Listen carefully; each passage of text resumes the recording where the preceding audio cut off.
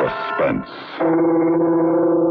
And the producer of radio's outstanding theater of thrills, the master of mystery and adventure, William N. Robeson.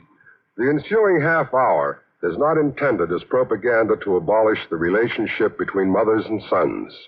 The twin institutions of filial piety and motherhood have survived too long under the aegis of the Fourth Commandment to stand in any grave danger of dissolution by a single dramatic diatribe.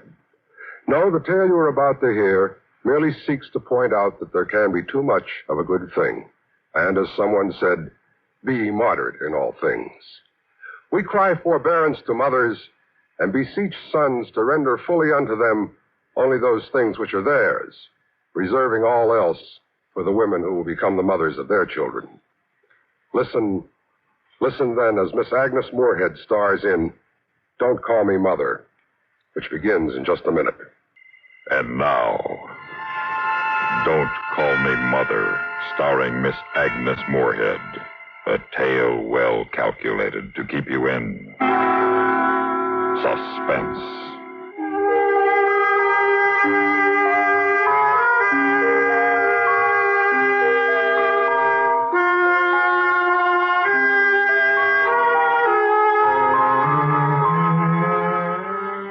We were so happy together. Larry's father passed on when he was a little boy, and from that day on I devoted my life to him, and as he grew, he devoted his to me. Laurie and Larry, what a lovely couple they make. My friends would joke, but it was true. We were a lovely couple. I and my handsome, tall son. He was everything a mother could ask for. Considerate, polite, intelligent, and a good provider. Mother? Yes, dear? Mother, I wonder if I could bring a friend home for dinner Saturday. Why, of course, dear. We're going to be out riding all day, and we'll be pretty hungry. Could you make your famous beef stew the way I like it? The dumplings and the meat cut into teeny-weeny bite sizes the way you liked it when you were a teeny-weeny little boy. Well, you don't have to go that far. I can cut my own meat now. Well, of course you can. I was just teasing. Well, don't tease me on Saturday, will you please, Mother? Is this a special friend? Yes. What's his name? It isn't a him. It's a her. A girl? Yes, Mother. Why, Larry, what's come over you? You've never been interested in girls. Don't you think it's about time I am? I can't imagine why. Mother, the time comes when a man... Well, you're still a boy, Larry. I'm 25, Mother, and please remember that on Saturday. All right, if you'll remember something, too. What? Something you've forgotten just now. Well, what, Mother? When you bring this woman to dinner, please remember to call me Laurie, not Mother.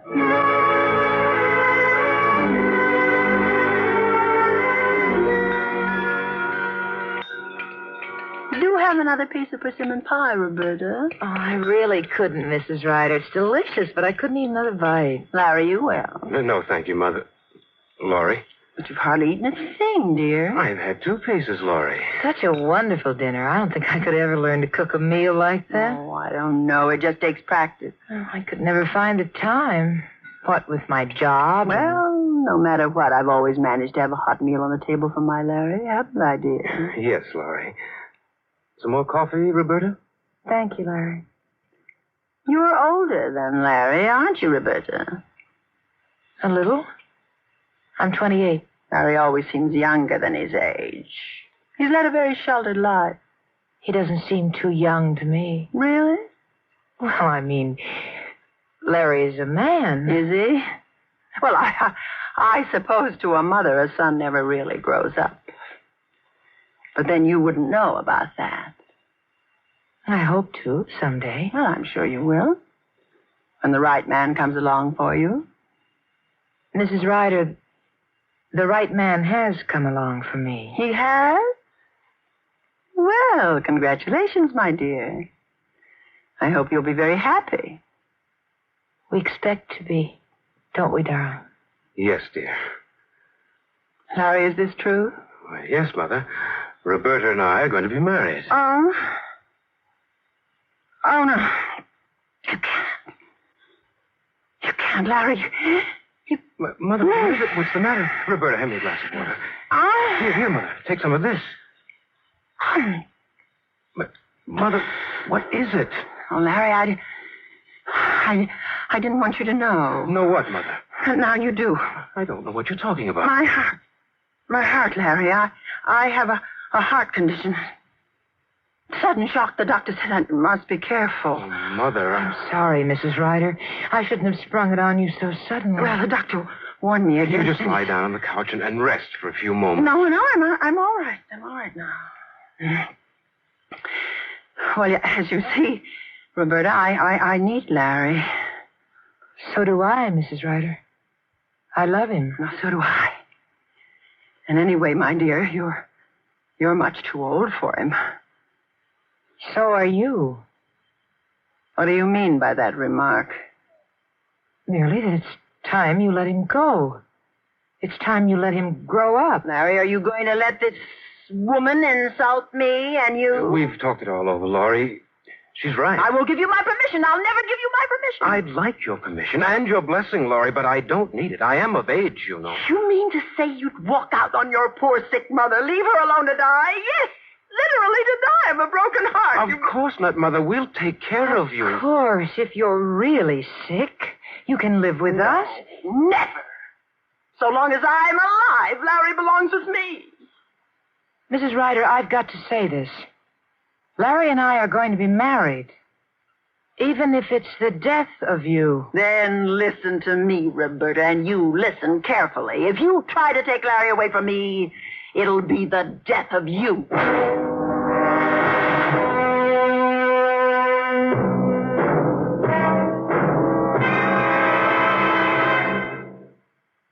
And now, starring Miss Agnes Moorehead, Act 2 of Don't Call Me Mother.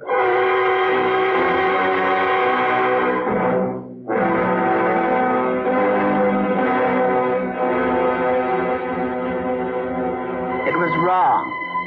All wrong for Larry to get married. This woman was too old for him. She was not good enough for him. She was, who knows what. Just someone who works in the same office. Don't you see, Larry? I've known her for more than a year. You've kept her a very big secret. I had to. I knew you wouldn't like the idea. But you went right on seeing her behind my back. Yes, until I was sure. And you're sure? I'm sure, Mother. Don't call me Mother. What are you sure of, Larry? That I'm in love with her. Love? What's love? It's something we've each got to find out about in his own way. Well, isn't my love enough for you? No. Larry. I'm sorry, Laurie, but the way I feel about Roberta is different from the way I feel about you. I'm sure that there's enough love in my heart for both of you. Oh, Larry, my dear, sweet little boy, trying so hard to be grown up. Please. Don't you suppose Laurie knows what's best for you? Hasn't Laurie always been right? Yes, of course you have, but this is a decision a man must make for himself. Without any consideration for others? I have considered you. I will always look after you. I wasn't thinking of myself. I was thinking of Roberta. Roberta? Yes. Will you always look after Roberta? Of course. Will you always be able? Well, of course, barring unforeseen accidents. Your accident has already occurred. What do you mean? You were born. What? You never should have been born, Larry. Why? Why do you say that? Because your father was insane. Mother. Don't call me Mother. Why didn't you tell me before? Well, I hoped I never would have to. I've always told you he died when you were a baby. Well, he didn't die. He was taken away to an asylum. He lived a long, long time, until quite recently. He's insane. Hopelessly insane. Have I inherited? No one can be sure. The doctors don't know. But do you want to take that chance? Do you want to put Roberta through what I've been through? Don't you see, my dear, if you really love her, you'll give her up. Yes, I suppose so. And you will? Won't you, dear? I don't know, Mother. I don't know what to do now.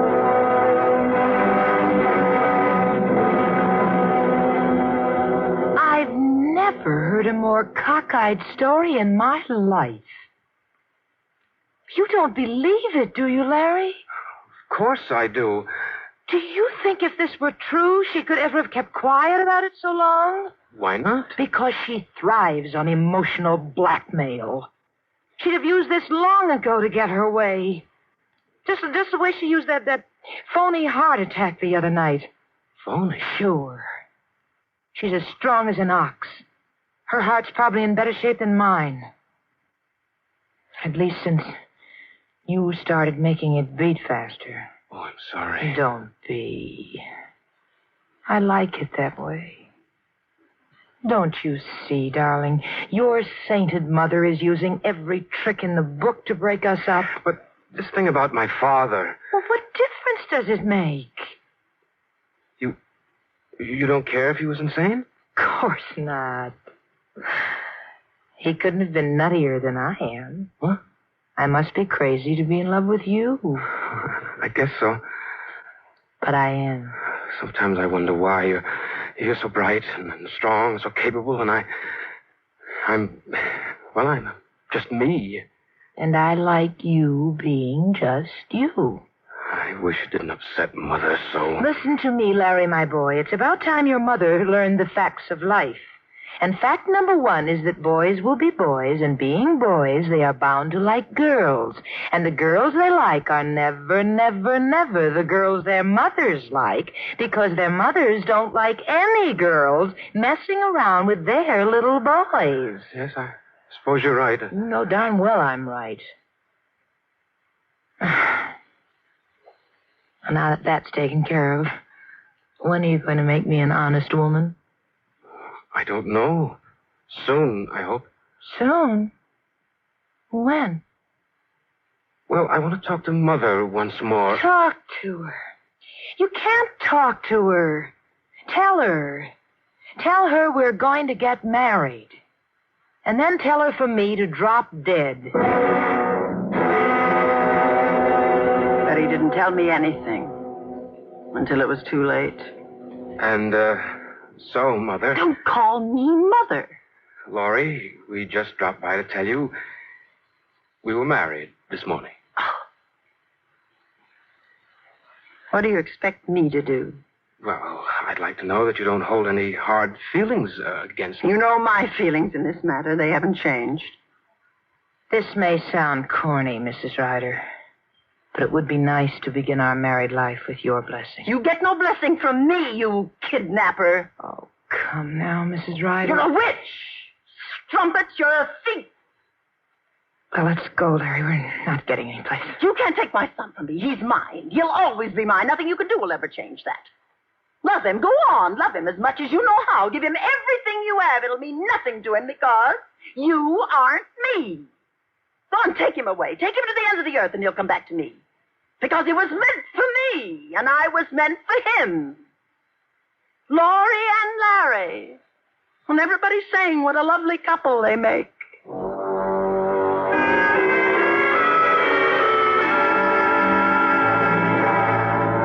I warned her. You can't say I didn't warn her. She went into this thing with her eyes wide open, and she must face the consequences. So I went to work. My butcher was the first person I confided to because I knew he liked to share secrets with all his customers. Well, Mrs. Ryder, I hear you lost a son and gained a daughter. That's right, Mr. Stearns. Kind of sudden, wasn't it? Oh, no, I wouldn't say so. Who is the lucky little lady? Someone from the neighborhood? No, she worked in Larry's office. A brilliant girl. Maybe a little too brilliant. Oh, how do you mean? Well, you know, Mr. Stearns, these bright ones, sometimes they aren't too stable. Oh, flighty, eh? No, not flighty. Moody. She has dark moods. I don't know. Well, now, that could be hard on Larry. Oh, don't you worry about Larry. You can always count on me to cheer him up. That's right, Mrs. Ryder. He's a lucky boy to have you for a mother. And there were others. Old Mrs. Martin, who lived by her telephone. And my cleaning woman and the corner druggist. I let them all know that Larry's marriage was not as happy as it could be. And I tried, successfully I believe, to plant this thought with Larry when he came to visit me. I insisted he come alone. I would not receive that woman in my home. You look a little peaked, dear. Are you getting enough to eat? Of course, Laurie. Your wife has learned to cook, then. She does all right. But not as well as I do. She's learning. Well, I hope so, before you waste away. Are you happy, darling? Truly happy? Yes, I'm happy. You don't seem to be. What is it, dear? What's worrying you? Nothing. Come on now, tell Laurie. I promised not to. We've always been honest with each other, dear, and that must never change. Now, what's troubling you? All right, then. Roberta's going to have a baby. Oh. Yours? Why, yes. But you aren't sure. Oh, no, but... You can't be sure, can you? Well, how could you be sure? Now you can be sure of only one thing. This is why she wanted to marry you so desperately. This is why she took you away from me. Don't you see? Can't you see that now? Well, I won't permit it. I won't let it happen. I won't have you the father of another man's child. But you're only jumping to conclusions. Oh, no. I'm certain I know her kind of woman. I told you, Larry. Over and over I told you this marriage was wrong. Perhaps now you realize once more that Laurie knows what is best for you. But what can I do? Do? There's only one thing to do now. Kill her. Of course, it took a lot of persuasion, but I know just how to persuade Larry. And in the end, he agreed with me. And it will be so simple and so safe. Everyone knows she's a creature of dark moods. Everyone knows that for days on end she doesn't speak to you. That she goes for long automobile rides by herself at night. How does everybody know this? I've told them. But it isn't true. Well, they think it is. You've been planning this for a long time, haven't you? Since the day you got married. You're a wicked woman. You belong to me, and I belong to you. You know that, don't you, Larry? Yes, God help me, I know it. Now, you know what you're to do. Turn out on the coast route, 1.5 miles below Gull Point. There's no guardrail. You let the car roll and jump just before it goes over. It's more than 100 feet to the surface. Why do I have to do it? I don't hate her. You do. Why don't you take that gun you keep in your desk and just shoot her? And have the gun traced in the fingerprints? Use your head, Larry. This way it'll look like an accident. A break phase. An accident that occurred when poor Roberta was on one of her moody midnight rides. Thought of everything, haven't you? Yes, my dear, because I'm thinking of us. Now, I'll follow you. I'll be waiting up the road to drive you home. When will you do it? Tonight? Might as well. The sooner the better. That's right. That's right, my dear. The sooner the better.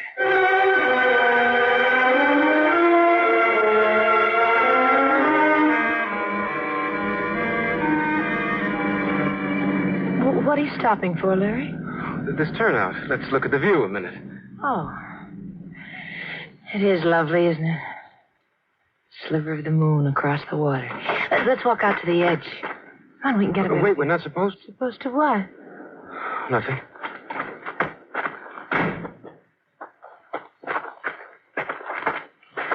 Larry,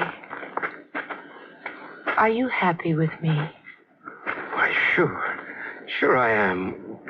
What makes you ask? You seem so strange all evening. You saw your mother today, didn't you? Yes. I can always tell when you've seen her. You come back to me different. I'm sorry. What terrible things has she told you about me this time? Oh, nothing. Don't tell me. I don't want to hear. I don't care. So long as I have you. Isn't it lovely out here? Be careful. Don't you get too close to the edge. Oh, it's perfectly safe. Listen. You can hear the surf. And see it way down there foaming in the moonlight? So beautiful.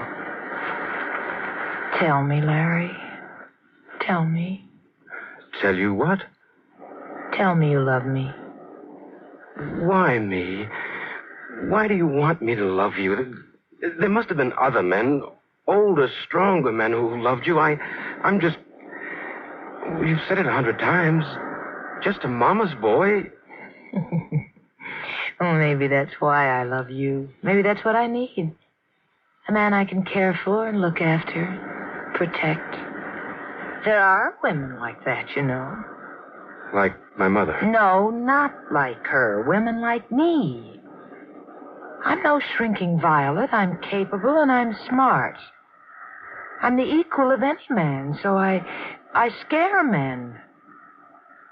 But I don't scare you. Do I, Tom? No, Roberta. You've never scared me. And I never will. I'll take care of you and our baby. Our baby? Is it ours, Roberta? Harry. What a dreadful thing to say. Is it? Who gave you the idea that it wasn't? Well... What a filthy, vile woman your mother is. She will stop at nothing. That's right, Roberta. Mother, you're supposed to be waiting in the car. You're supposed to be doing what I told you. Get your hands off me. I warned you. Let go of me. You. Help me, Larry. I'm sleeping. Push her. Larry, not you. Go on. Roberta. Go on, take your baby with you and leave me mine. Oh, God, Mother. What have we done? Don't call me Mother. It only took a moment to release the handbrake on the car, send it rolling over the cliff, and Roberta's accidental death was complete. It was all over and done with, and Larry and I were back together again.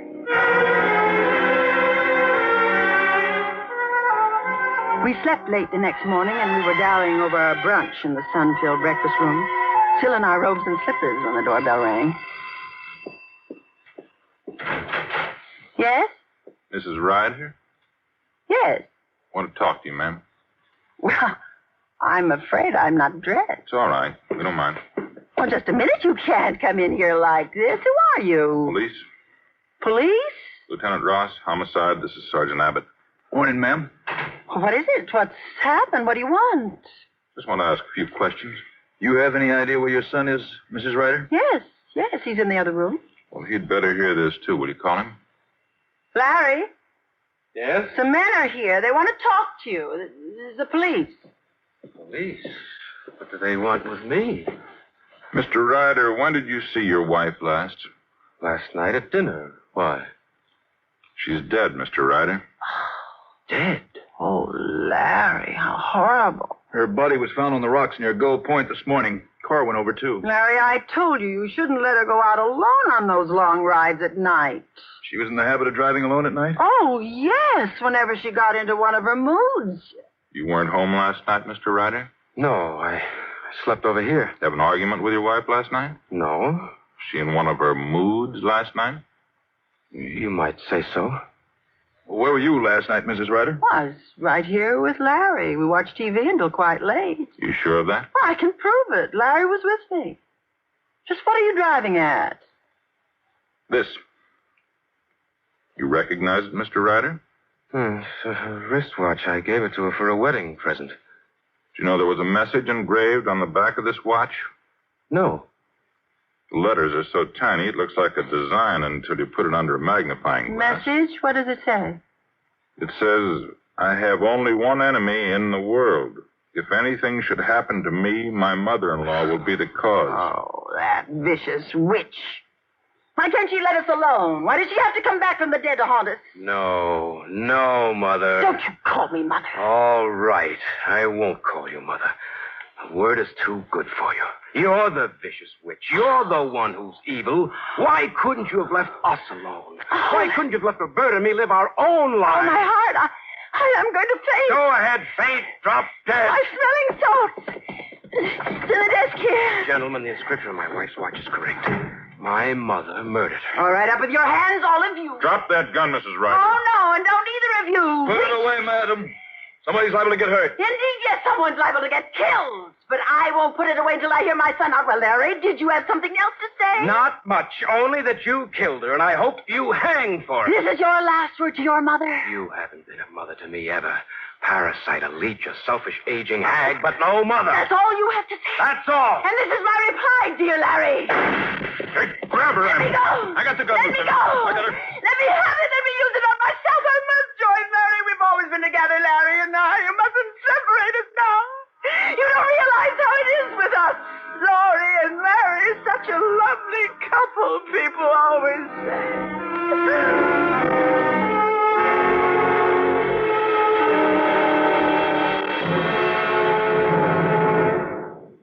Suspense, in which Miss Agnes Moorehead starred in Don't Call Me Mother, written, produced, and directed by William N. Robeson. In a moment, the names of our supporting players and a word about next week's story of Suspense. Supporting Agnes Moorehead in Don't Call Me Mother were Kathy Lewis, James McCallion, Barney Phillips, and Norm Alden. Listen again next week when we return with Mr. Dick Crenna in Night on Red Mountain. Another tale well calculated to keep you in suspense.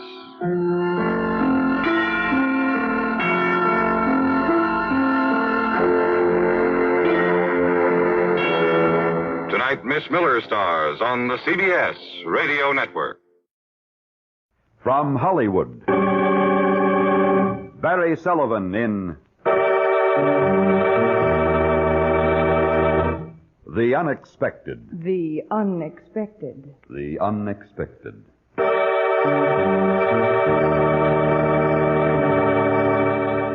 Life is filled with the unexpected. Happy, romantic, tragic, and mysterious endings to our most ordinary actions. Dreams come true, or dreams are shattered by sudden twists of fate in The Unexpected.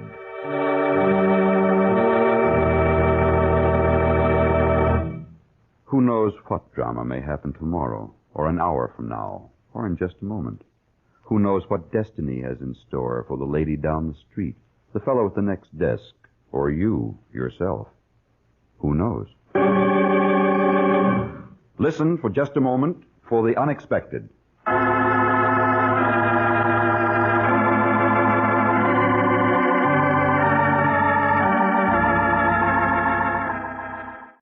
And now, Mr. Barry Sullivan, outstanding motion picture and stage star, in a drama of the unexpected, titled Mercy Killing.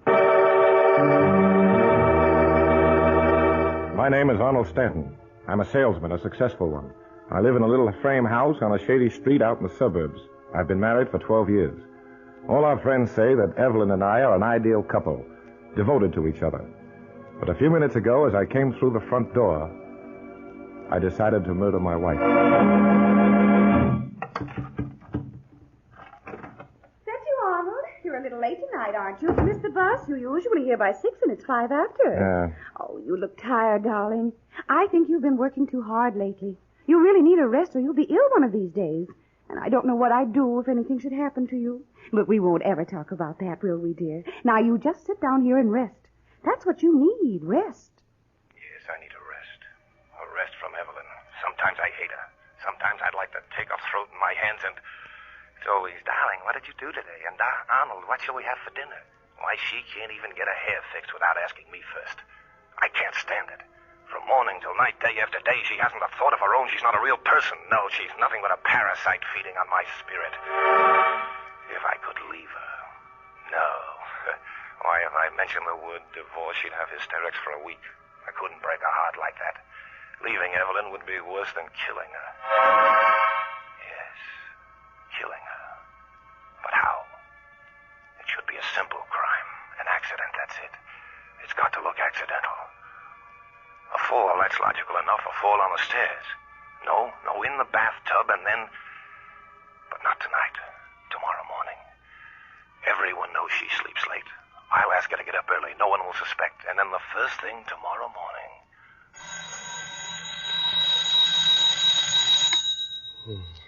Evelyn.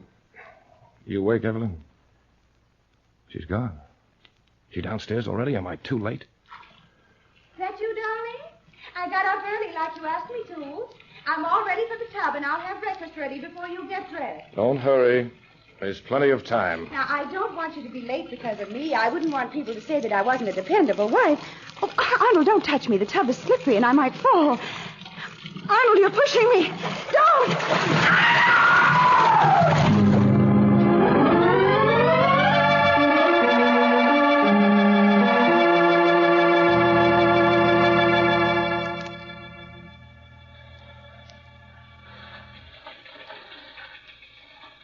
11:45. Everything seems very normal. The office, Miss Roberts, very normal. And Evelyn is dead, and I'm safe. They can't have found her yet. They'll call me as soon as they do. Shouldn't be much longer. I wonder who will find the body. Probably it'll be that Mrs. Bronson down the street. Yes, Mrs. Bronson. She's the likeliest. No, she wouldn't. She wouldn't call the police. She doesn't know anything is wrong. She'd think Evelyn was out shopping or something. Then tonight, when I come home, I'd have to find her. Oh, no, I don't want that. I don't want to go back into that bathroom. But I won't have to. I'll get a call any moment now. Anyway, by the time I'm back from lunch, everything will be all right then.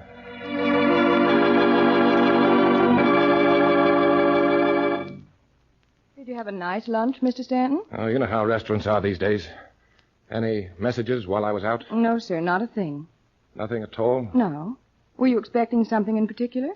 No, just wondered. Well, I'll be in my office if you should need me.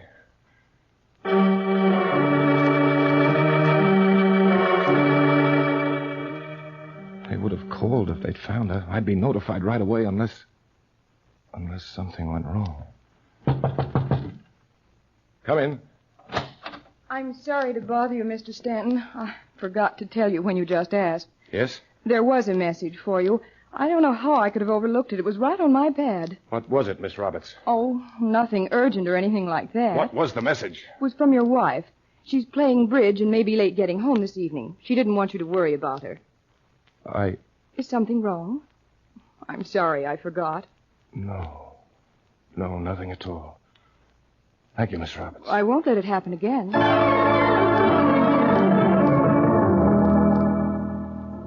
Can't be true. She's not alive. That was blood in the water. Her blood. I saw her die. She's not alive. Oh, Miss Roberts must have made a mistake. Yes, that's it, a mistake. She did forget the message at first. It must have come in before, yesterday or last week. Miss Roberts was looking at the wrong page in her book. Of course, that's it. Just a mistake. A perfectly natural mistake. I shouldn't let a little thing like that upset me. I think I'll rest for a minute. I feel a little tired. I guess that's natural. I'll just relax for a moment.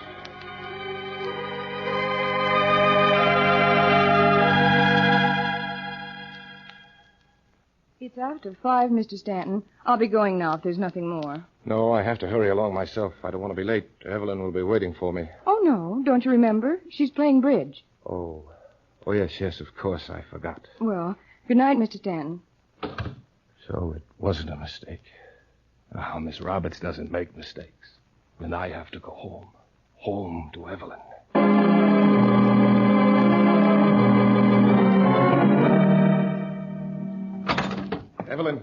Evelyn, are you there?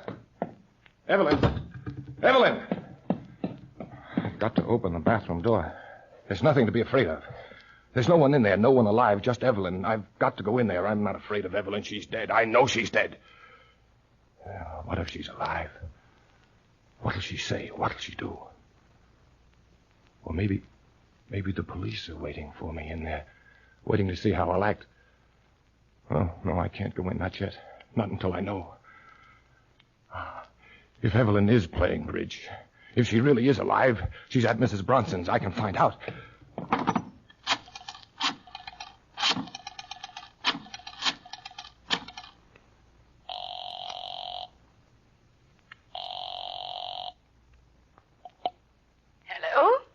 Hello, is that you, Mrs. Bronson? Yes. Who is this, please? Arnold Stanton. Why, hello, Mr. Stanton. How are you? I don't like to bother you, Mrs. Bronson, but there was a message for me this afternoon. Something about Evelyn. Bridge, I think. She isn't there with you, is she? Yes, as a matter of fact, she is. Would you like to speak to her? Yes, I would. Well, just hold on. Evelyn. Evelyn. Just a minute, Mr. Stanton. Are you still there, Evelyn? Hello? Hello? Evelyn. Oh, I'm terribly sorry, Mr. Stanton. Evelyn isn't here after all. She must have left while I was talking to you. She's probably on her way home now. She ought to be there any minute. Mr. Stanton, did you hear me? Mr. Stanton. Evelyn. At last I know. The door is open and I know. There's Evelyn just as I left her. She's dead. Really dead.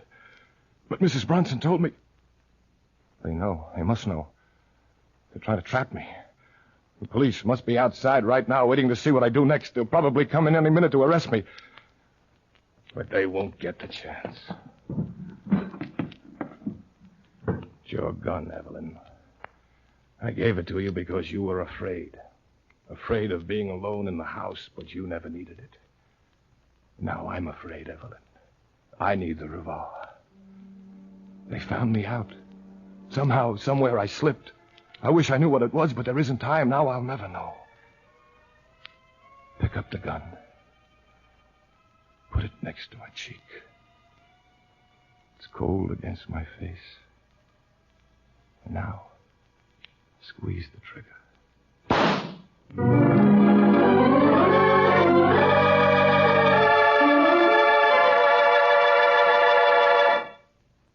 You think the story is over, don't you?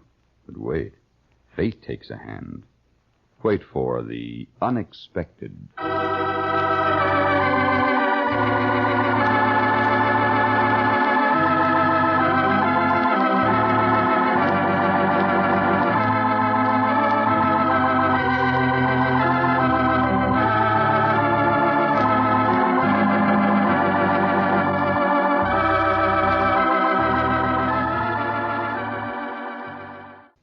And now for the surprising conclusion of Mercy Killing, starring Barry Sullivan, written by Robert Libet and Frank Burt, and produced and directed by Frank K. Danzig. And Evelyn and Arnold were so happy. Too bad. But it's all over now. Well, not quite over. Just a few words more. A short comment from Mrs. Bronson. You remember the bridge-playing matron down the street? She's talking to Inspector Cook from Homicide. Yes, Inspector. In a way, I feel sort of responsible. You see, Evelyn was such a dear friend, and there was this other person. Really, he was a charming young man, and Evelyn had been seeing him. I told her she was very wrong, but you know how it is, so I sort of covered for her, as they say. As a matter of fact, I called Mr. Stanton's office this afternoon and pretended I was Evelyn. You see, she had asked me to because today was to be something special, and she was afraid she'd be late. And then later he telephoned me to check up on her. I had to say she was with me, and when he wanted to talk to her, I pretended she just left. Just imagine. I told him Evelyn was on the way home, and then he went upstairs and found her. Like that. Oh, it must have been horrible. I don't know what he thought, but he must have been overcome. People don't kill themselves unless they are. But anyway, he never found out about the young man. It makes sort of a perfect ending. Poor Mr. Stanton. He loved her so.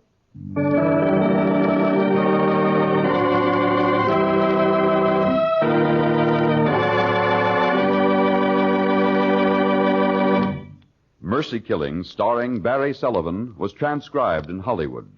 Listen for another exciting story starring lovely Marcia Hunt, who meets the unexpected.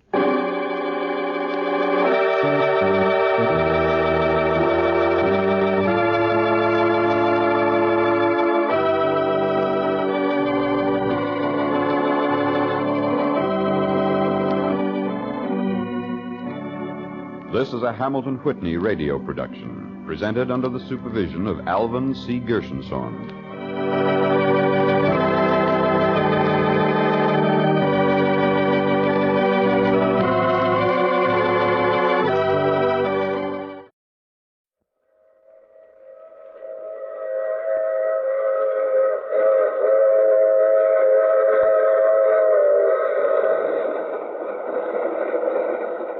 Mutual Broadcasting System presents The Mysterious Traveler. Written, produced, and directed by Robert A. Arthur and David Cogan. And starring tonight two of radio's foremost actors, Ralph Bell and Charlotte Holland, in Killer at Large.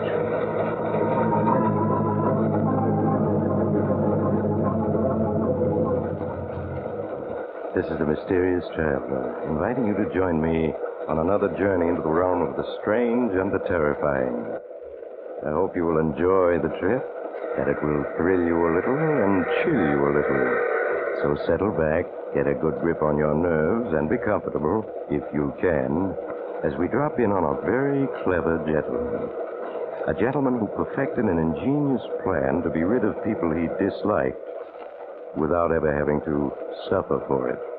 I call his story Killer at Large.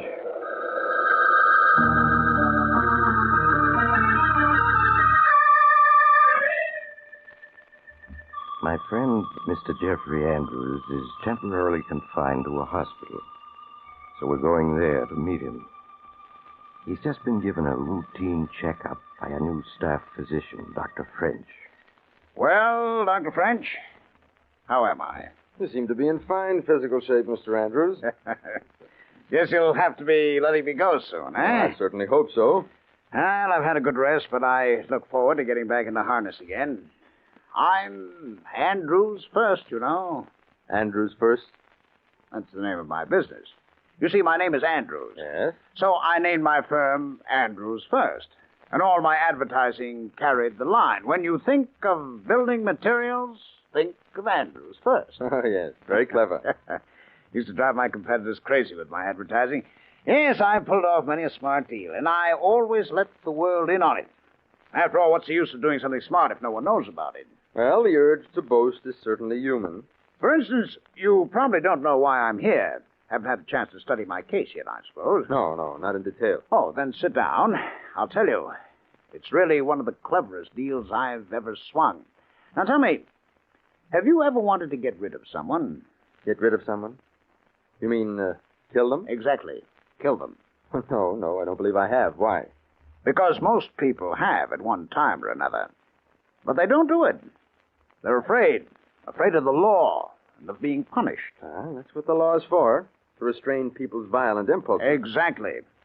Unless you happen to be smarter than the law, as I was. Because, you see, I figured out how to get rid of not just one person, but of two. Two people I disposed of and can't ever be punished for it. That's an unusual achievement. You disapprove? But I'm going to tell you how I did it. As I said, what's the use of being clever if people don't know about it? And since the law can't touch me, why not? To make it clear, Doctor, I'll go back to the very beginning. To that evening when I arrived home from work to find my wife Judith and my best friend and personal physician at that time, Alex Hearn, deep in conversation. They jumped apart guiltily as I entered the room and closed the door.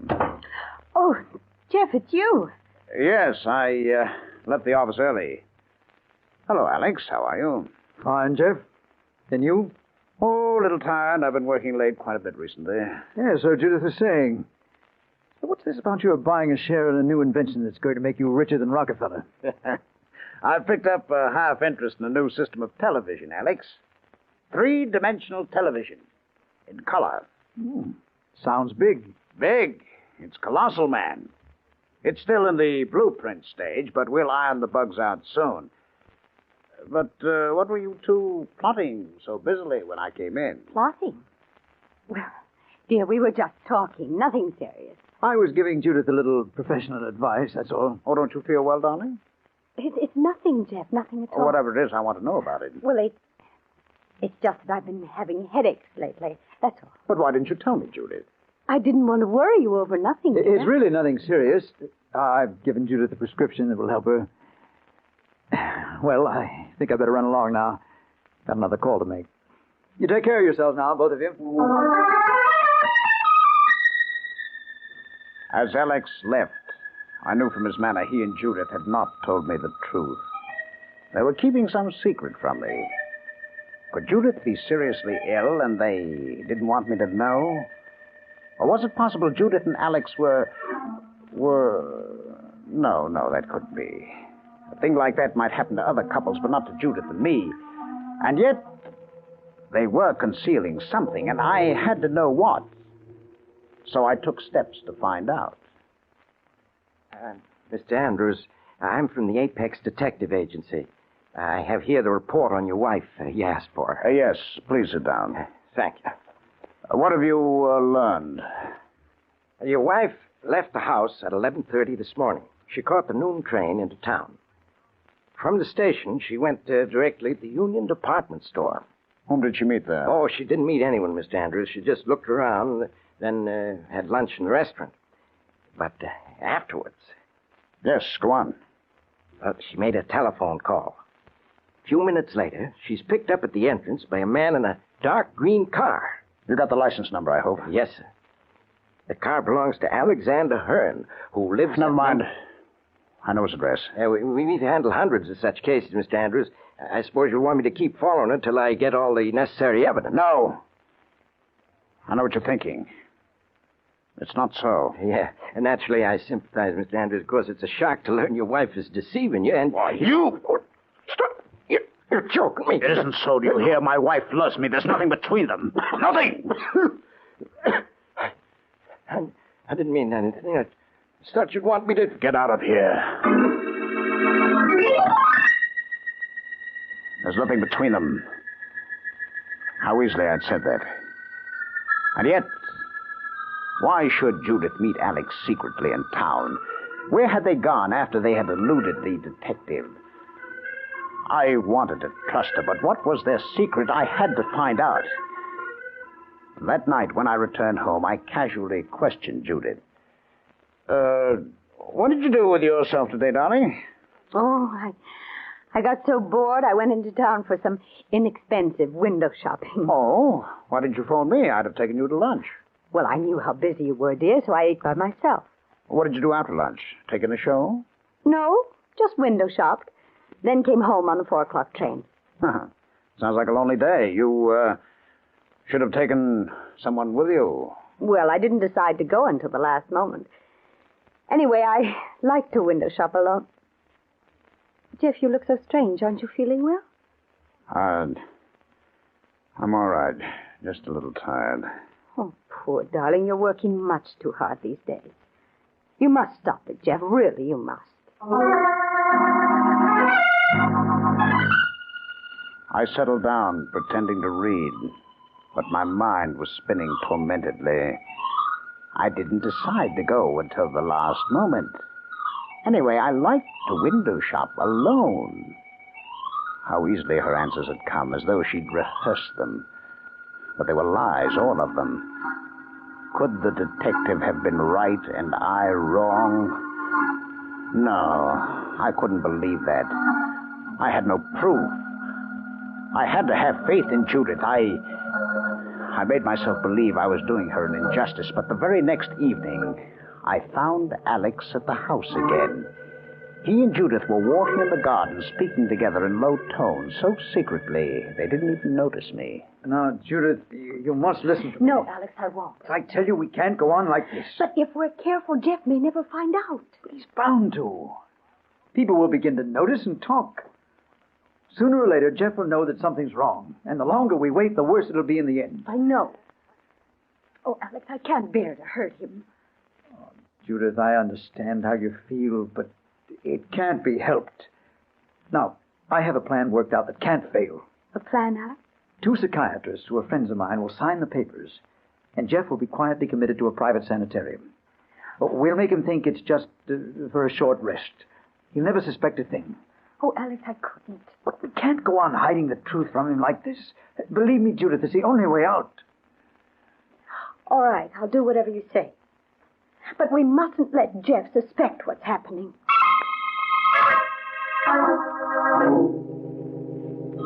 And I'd had faith in her. I thought I was misjudging her when all along she and Alex had been scheming to railroad me into a sanitarium. Oh, it was a clever plan. Alex could manage it through his professional connections, and Judith would become administrator of my fortune. I almost let them know I'd overheard them. And then I got control of myself. There was a better way to handle the situation. I had to think about it and decide what to do. So I slipped quietly away. And a little later, I took Judith out for a drive as though I suspected nothing. But as I drove, I pondered how best to punish them. What are you thinking about, Jeff? You've hardly said a word all evening. Jeff, I'm speaking to you. Oh, I'm sorry, dear. I'm afraid my mind was on business. You really are working too hard these days. Oh, I'm not working that hard. Too bad we couldn't persuade Alex to come with us tonight. He's always such fun when he forgets he's a doctor.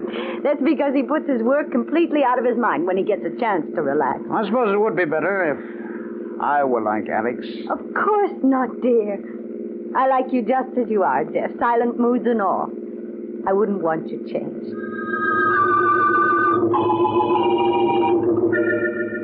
She lied. I knew she was lying. By now, I found it impossible to believe a word she said. I had too much evidence to the contrary. Of course, Mr. Andrews, it's a shock to learn your wife is two-timing you. But if we're careful, Jeff may never find out. I have a plan worked out that can't fail. Two psychiatrists who are friends of mine will sign the papers, and Jeff will be quietly committed to a private sanitarium. I like you just as you are, Jeff. Silent moods and all. I wouldn't want you changed. How easily she said that. How smoothly she continued her deception. Bitter rage burned inside me, and deliberately I stepped hard on the throttle. We went faster and faster until Judith became frightened. Jeff, why are you going so fast? We're doing more than 60, and there are a lot of curves in the road. Oh, don't worry, Judith. I'm a good driver. Yes, but darling, we're almost up to 70. Now, Jeff, please slow down. We'll be killed. Too bad Alex isn't with us. He'd enjoy this. Now, Jeff, please, darling, slow down. There's a crossroads ahead, then a curve. Jeff, you'll kill us both.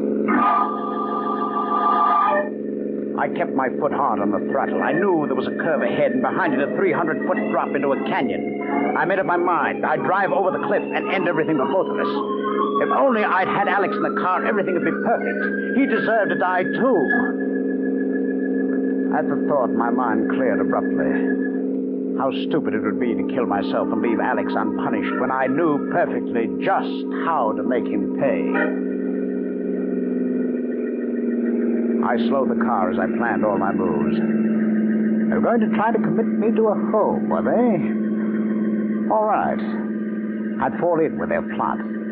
I'd actually help them by pretending to be unbalanced. I'd make it easy for them, and in a few days, a week perhaps, we'd see who was the cleverer. We'd see.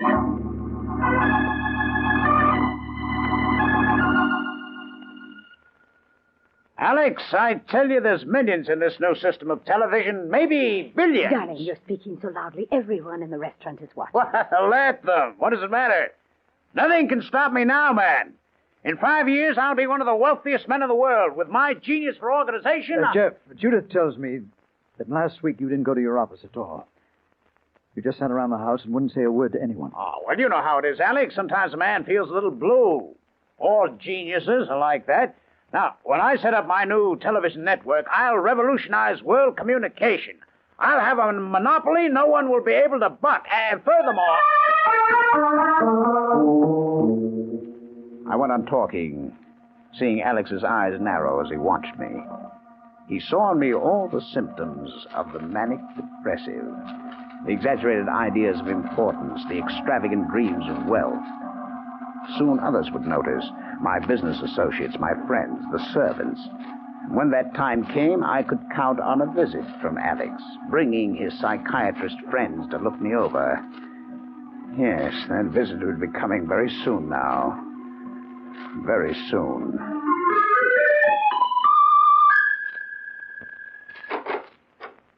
Yes, darling. Alex has come to see you. He has two friends with him. Hello, Jeff, old man. How are you? Oh, just fine, Alex. For the last month, I've been working on the plans for my television network. It's going to be the biggest thing of the century. Jeff, I want to talk to you. and I want you to meet some men I brought with me. Oh, Alex, I've no time to talk with strangers. They're two doctors, close friends of mine. Oh, what do they want? With my plans taking up all my time, They're here because of your new project, Jeff. You see, Judith has been afraid you're working too hard these days. I'm probably just being silly, darling.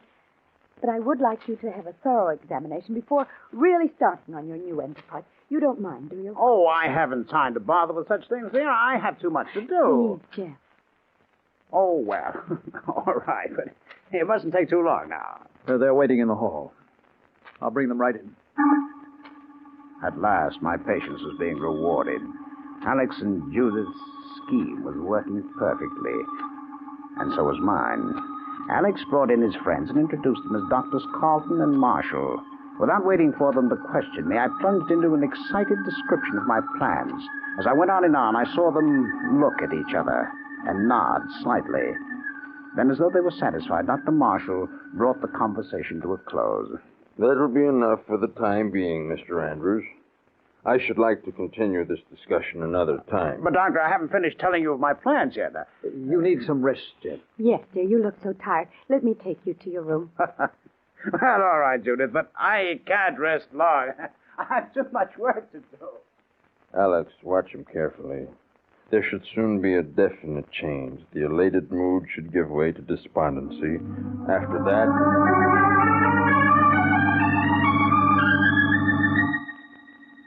I couldn't help overhearing Dr. Marshall's words as Judith led me out of the room. Alex, watch him carefully. There should soon be a definite change. And he was correct. I knew the right symptoms just as well as he did. So the next day I became depressed, refused to speak, claimed that I was being persecuted, and even pretended to cry in self-pity. And the following morning, Alex and his two friends were back again. Good morning, Mr. Andrews. You remember Dr. Marshall, Jeff? And Dr. Carlton? Jeff, say hello to your guest. No. Leave me alone. I don't want to talk to anyone. Huh? The other day you were highly enthused about your new business venture. Don't you want to tell me more about it? No. No one cares about my plans. I'm alone, all alone. Everyone's against me. Jeff. Do you feel this way often? I mean that everyone's against you and life isn't worth living? Yes. How did you know? Well, that's because I'm your friend. You can tell me all about it. You don't know what it's like. To be all alone, to have no friends, to know that everyone hates you, wants to hurt you. Yes, I understand. Well, I'll see that no one hurts you. Wouldn't you like to go someplace where you'd be safe? Where you'd be surrounded by people who were your friends, wanted to help you? Yes, I'd like that, but there isn't any such place. I think I know one. But we've talked long enough for now. Shall I have Judith take him in the garden? Yes, I think it will do him good. Judith, perhaps a little fresh air would make Jeff feel better. Why don't you take him for a walk in the garden? Yes, of course. Come, give me your hand, darling. We'll go out in the sunshine for a while. That's it. I'll call you when we're ready. Yes, all right, Alex. I let Judith lead me into the gardens. Through the library windows, I could see Alex and the two psychiatrists. Alex wasted no time getting them to sign the papers that would commit me to a home from which he and Judith would see I never emerged.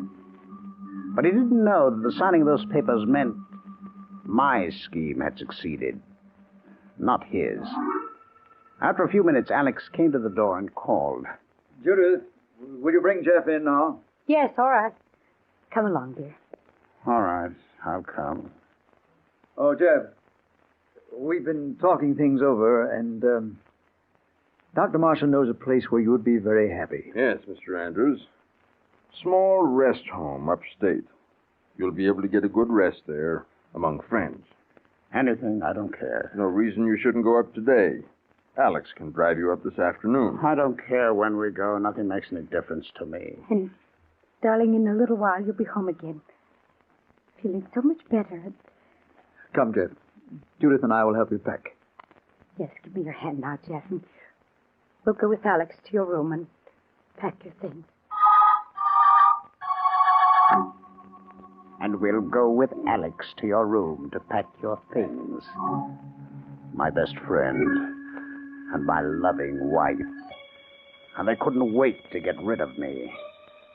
But I was smiling to myself in triumph as Judith opened the door to my room. Come in, dear.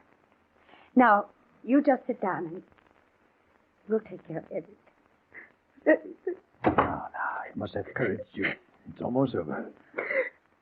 I think 2 bags will be enough for now. If Jeff needs anything later, you can take it to him. Yes, Alex. Jeff, dear, what suits would you like? Jeff, what are you looking in that golf bag for? Just something I've been keeping here. I've got it now. Jeff, a revolver. Yes. And fully loaded. Well, what do you want the gun for, Jeff? Here, give it to me. I'll take care of it for you. Stay where you are. That's better. I want to talk to you. I've been waiting quite a while for this moment. What are you saying? Oh, come, Judith. You don't have to pretend anymore. Jeff, let me have that gun. I want you to stand still or I'll shoot. Alex, he means it. Yes, I do mean it. Your little plot's been an extremely clever one. Our little plot? What do you mean? The idea of having me committed so you two could be rid of me. But you must admit I did help it along by my cooperation. Jeff, what are you talking about? It's no use pretending anymore, my dear. I've known everything for weeks.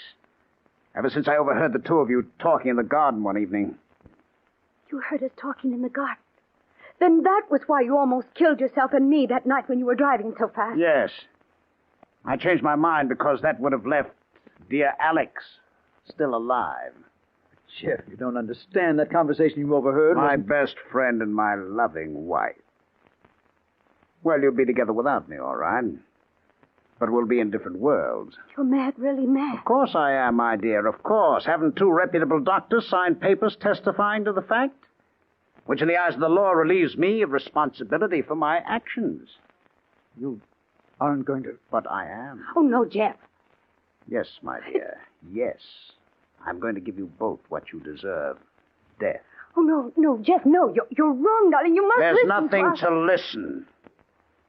But I shall be as considerate as possible, my dear. I shall punish Alex first. No, Jeff. We have been keeping a secret from you, but it's not the secret you think. You're wrong about the whole affair. I don't think so, Alex. Jeff, put that gun down. Jeff! Jeff! What? Jeff, you should have listened.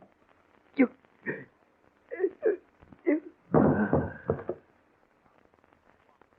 killed him. Yes, Judy. And now it's your turn.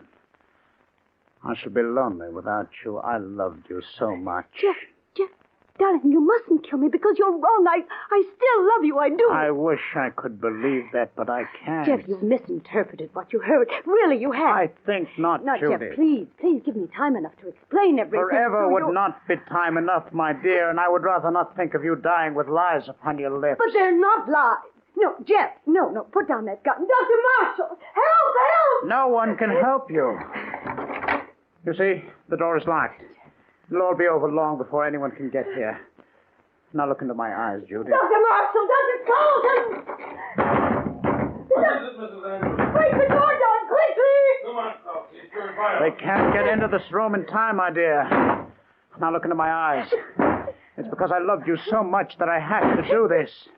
Now, goodbye, Judith.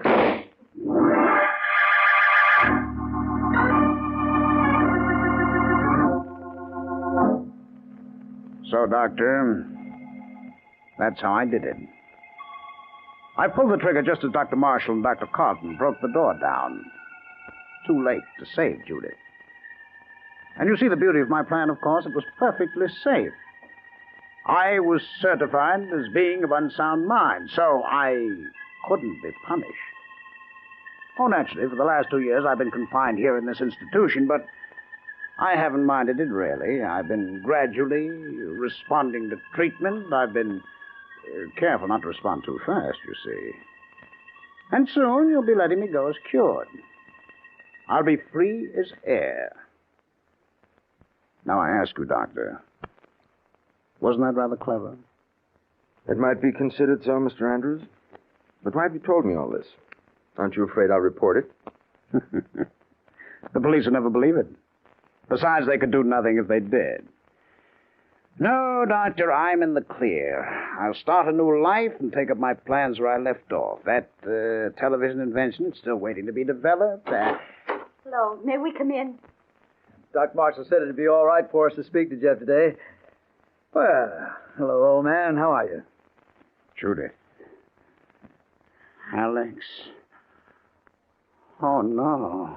Darling, I'm so glad to be able to see you again at last. No. Now, You're not real. You're dead. Mr. Andrews. Send them away. They've no right to come back. I killed them. They're dead. Mr. Andrews, calm yourself, please. I'll take care of them. I'll send them back where they belong. Please, both of you, come outside. They have to go back. They have to stay in their graves. The dead must stay buried. yes, of course, Jeff. We won't bother you again. Come, Judith. They can't be allowed to disturb me with the dead. I won't stand for it. I tell you, I won't stand for it. I won't stand for it. Alex, he still isn't well. We'd never have come, Dr. French, but we thought he was almost well. Yes, so did we. But we were wrong. Just temporary improvement. He still believes that you were plotting against him and that he killed you for it. But you understand the truth, don't you? I think I do, yes. Well, he overheard us talking about his mental condition and trying to decide what to do about it. And he completely misinterpreted what he heard. And then he tried to shoot us and had to be brought here. Of course, Mrs. Andrews. But I'm afraid we'll never be able to make him believe the truth. Oh, Doctor, no. You see, in his mind, he's killed you. As far as he's concerned, you're dead. I'm afraid you must never see him again. He'll live out his life here, believing he has committed a murder for which he cannot be punished.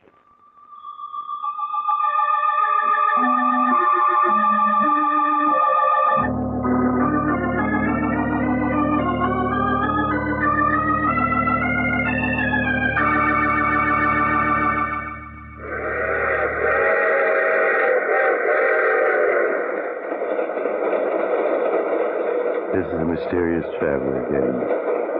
Well, Jeff's idea looked like a good one for a while, didn't it? But I don't advise you to try it. You might wind up the way Jeff did. In fact, my advice is to forget the whole thing. You'll be much happier. There's no such thing as the perfect crime. Which brings me to my story for next week. Death has two faces. It's about a gentleman who discovers a new way to die, in which he lets someone else do all the work, and he... Oh, you'll have to get off here. I'm sorry. But I'm sure we'll meet again. I take this same train every week at this same time.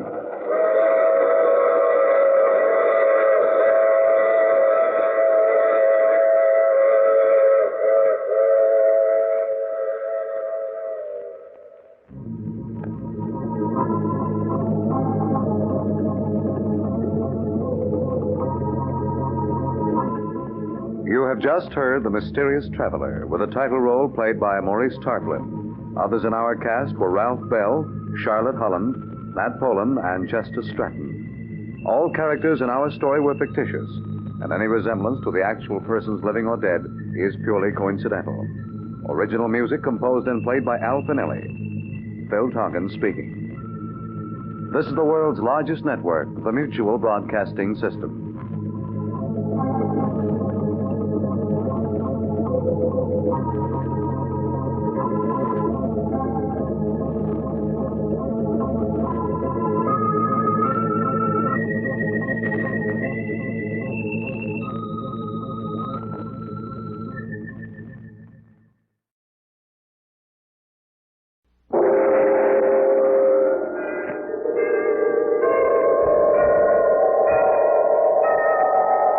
Sunrise and sunset, promise and fulfillment, birth and death. The whole drama of life is written in the sands of time. We present a new series of radio programs, The Clock.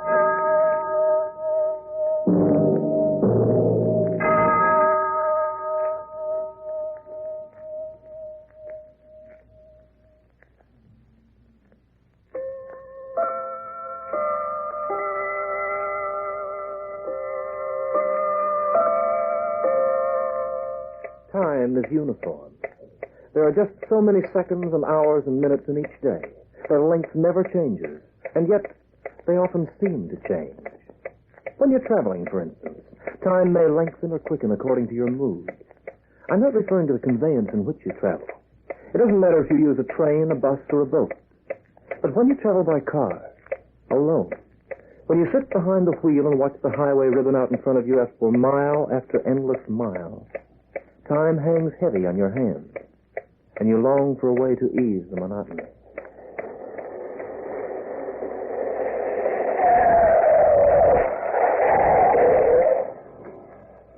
Yes, mister? Yeah, fill her up. Okay. All right.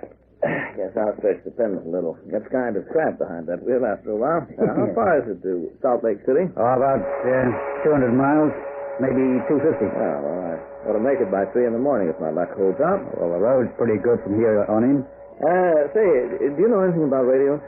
But, car radios? Yeah. We install them here. Well, take a look at mine, will you? Something's wrong with it. Sure thing. Now, when you're on the road alone, a radio's a good bet. It helps to pass the time. Yeah, I know how it is. It gets kind of lonesome when you travel the way I do. I put in 1,700 miles a week, maybe. It's a lot, mister. You got a bad wire connection on that set. Can you fix it? Yeah, take me about 3 minutes. Well.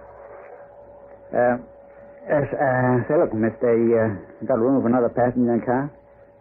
Another passenger? I wouldn't ask, except I'm so sorry for the kid, you know, and she said something about you said something about being lonesome, rather. And she's trying to hitchhike her way to Salt Lake City to see her old lady. Some guy dropped her off at the fork about an hour ago, and she's been waiting for a lift ever since. Well, I guess I can give her a ride. Where is she? Inside.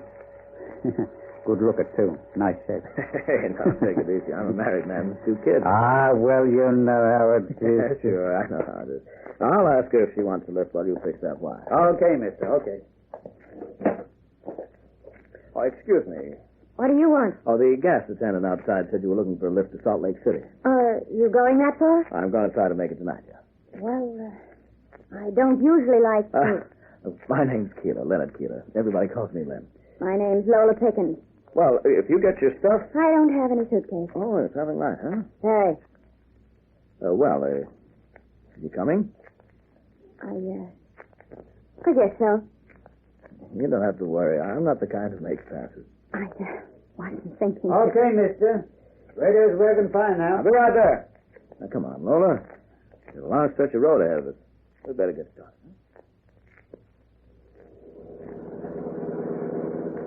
Cigarette? Yes, thanks. There's a lighter on the dashboard. There's so many gadgets up here. The round one. Oh. The flat one's for the heater. Which works the defroster. And the dial turns on the radio. Where's the gadget that turns on the dishwasher? That's good.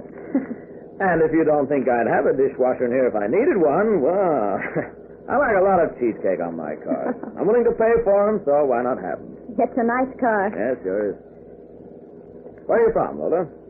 Chicago. And you're hitchhiking all the way to Salt Lake City? It's the cheapest way to travel. I'll say. Oh, you're pretty nervy. A girl like you traveling on the road alone. You ever run into trouble? Oh, once or twice. Every once in a while you come across a Romeo who thinks he's terrific. And I know how to handle that kind. I bet you do. What do you do for a living, Lola?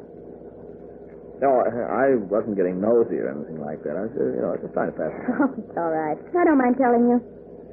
I've been almost everything from a waitress to a dancer in a burlesque line. You got experience, huh? Too much. Now I'm going home to my folks. That's where I should have stayed in the first place. Yeah, there's no place like home. What do you do, Mr. Keeler? Call me Len, huh?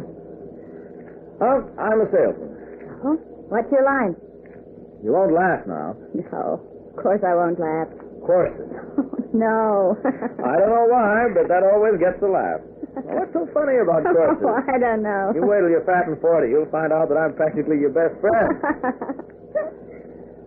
Say, it's good to have company when you hit the road. It's nice to meet someone who's regular. What's that? What? It's like a man standing up there at the bend in the road. Uh-oh, waiting for a lift, I guess. Poor guy. It's getting dark. I know how it is when you stand out there and watch the cars go past you. Well, Lola, And as much as you've got a heart as big as a pumpkin, suppose we give the guy a break, huh? Yeah, he looks okay. Might even be an ex-GI. How far are you going, mister? Wheeler. Where's that? About 150 miles from here. On the road to Salt Lake. You're in luck, brother. Ah, here we go again. Mind if I have another cigarette, Len? Help yourself, Lola.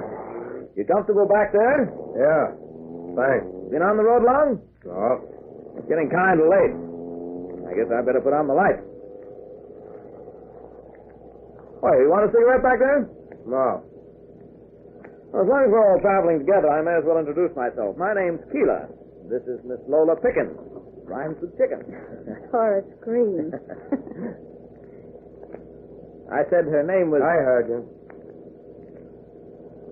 Not very sunny, is it? No. What's your name, friend? Lee. Mind if I ask you what your job is? I haven't been working at it lately. Well, what is your line when you work at it? I'm, in ladies' wear. You don't say. Who'd you work for? You never heard of the firm? I bet I did. I heard of every ladies' wear firm in the country. I work for Lewis Brothers. Lewis Brothers? Mm-hmm. Where's that? Salt Lake. Oh, you got me there, brother. That is one firm I have never heard of. They're out of business now. Oh, I see. But looking for another setup, huh? I'm not looking for anything, mister. Including conversation. Well, I just thought Oh, that... leave him alone, Len. Maybe he just doesn't want to talk. That's all right with me. Light me a cigarette, will you, Lola? Sure. Huh? Looks like we're climbing. Going into the mountains, I guess. Oh, wait a minute. There's a crossroads.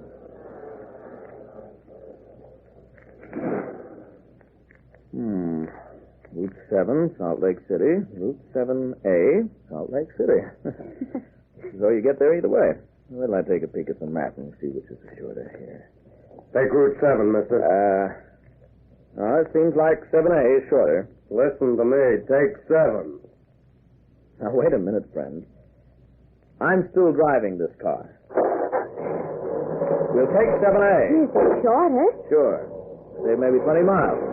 Goes through the hills. This car can climb like nobody's business. Hope the good weather keeps up. The radio said it might get foggy before morning. Hey, that reminds me. We may as well have some music. Don't put the radio on, mister. Why not? I don't like music. Now, look here, friend. Seems as though you don't like anything in this car at all. Maybe you want me to drop you off at the next turn. No. No, don't do that.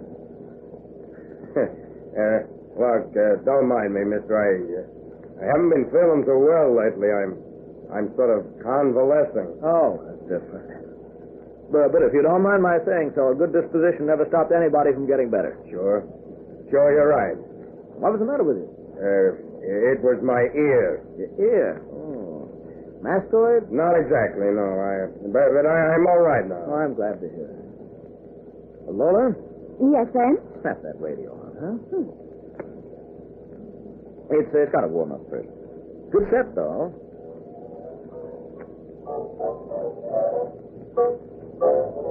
How's that? Couldn't be better. Makes me feel like that. Me too. Mister, I wonder if I could ask you for a favor. Sure. Well, my father's very sick in Wheeler, and I'm getting kind of worried about it. You want to make a call or something? If you don't mind. Oh, it's all right with me. Except, where can you make it? I don't think we'll hit another town until we get out of these hills. Well, there's a farmhouse up ahead. I could make a call from there and pay him for it. Okay, Leach. Will you wait for me? Naturally. You don't think I'd leave you flat out here this time of night? Thanks.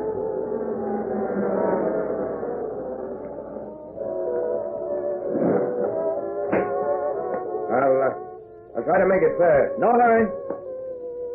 He's a funny kind of guy. Yeah, I'll see. All the time he was sitting in the back seat, I got a creepy feeling. Creepy? Like he was staring at the back of my neck or something. It's a nice neck. I don't blame him. We interrupt this program for a special announcement. What's this? We've just been notified of a four-state alarm broadcast for an inmate of the Lowell Hospital for the Insane located near Pike City. That's only about 20 miles, huh? This man escaped from the asylum 2 hours ago, and he's a very dangerous homicidal maniac. His name is John Slade, although he is probably using an alias. He is 5 feet 11 inches tall, light brown hair, blue eyes, about 170 pounds. This man is dangerous to both men and women, and he strikes without warning. He may possibly be immediately identified by the fact that he has an insatiable desire to cut small sections from the hair of his victim. If you see this man, please notify the nearest state police barracks. Now we turn you to our regular program. Wait a minute.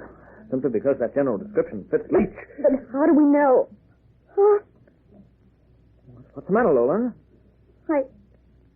I can feel... Look at my hair at the back, Len. Oh. There's a piece of your hair missing.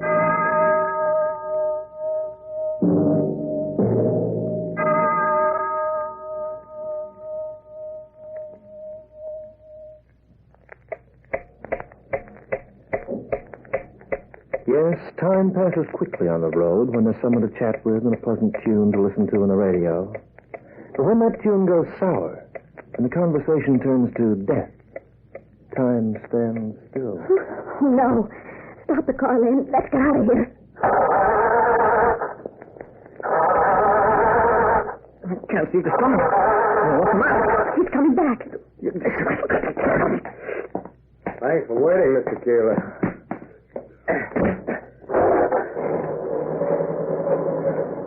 Did you reach your father? No, the line was busy. Well, then try again at the next phone house. Well, never mind. I can wait. Len? Yes? You're all out of cigarettes. Yeah, here, I got some. No. What? I mean, I don't want to smoke right away now. Anyway. How about you, Mr. No, thanks. No. Hey! What's the matter, Miss Dixon? I thought you touched me. Is that any reason to jump like that? I'm sorry. I didn't mean anything by it. I was just going to ask, would you folks mind if I sat up front? No. Okay. I mean, you can't sit here. I can't? There's not enough room, Leach. Oh. Don't you need some gas, Lynn? Gas? Oh, sure, yeah, gas. Yeah, I'd better gas up at the next station, if we can find one. I'll keep my eyes open. Say, maybe it would be cozier if Leach sat up here with us. No. We could stop the car for a minute, and he could get out and come into the front. Out? Oh, sure. Is there room? Lola can move over. She doesn't take up much space. Yes. Stop the car, Len. He can sit in front. Okay, Leach. Hop out and come in front. Step on his Len. Hey! Come back here! Come back here! We've left him behind.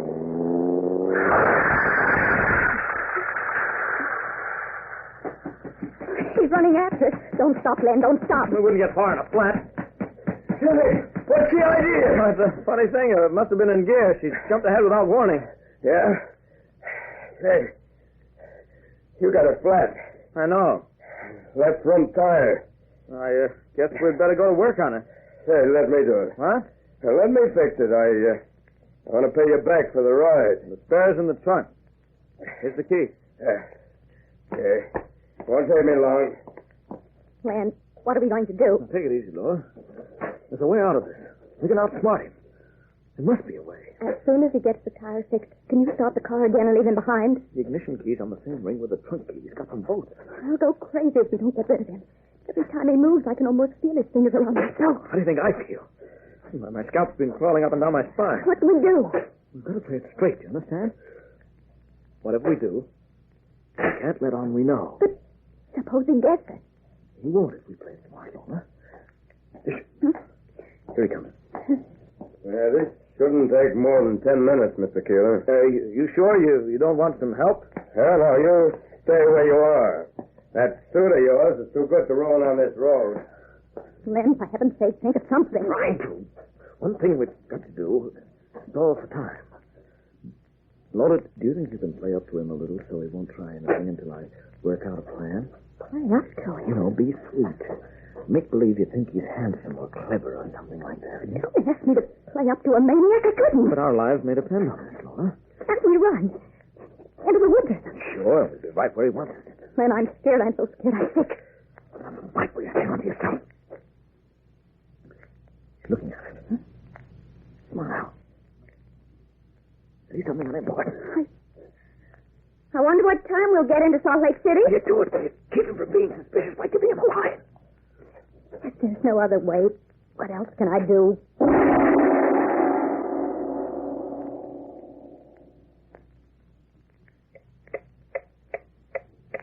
To Len and Lola, changing that tire seemed to be an age. But to Leach, it was just one of those things. Okay, Mr. Keeler, she's fixed. Thanks a lot. Don't mention it. We'll stop off at the first gas station to have that other tire. Hey, didn't you say you needed some gas? Yeah. The gauge on your dashboard says you're full up. That gauge doesn't work too well. You can't trust it. Well, give me the keys, Leach. I think I'll drive, Mr. Keeler. What? For safety's sake. You know, you've been behind the wheel for quite a while, I imagine. It's better if we change over. But, you see, I'm not tired. Move up, Mr. Keeler. Let me take over. All right, if you insist. I can sit in the back. No, stay here with me in the front. Sure, there's plenty of room. Look over, Lola. All set? Yeah. Here we go. Tell you the truth, I'd like to see Lola again. Would you, Mr. Leach? You remind me of someone I used to know. Who is she? Her name was Charlotte. Charlotte? That's nice. Like and Ruth, huh? You said her name was Charlotte? That's right. She's dead. Oh.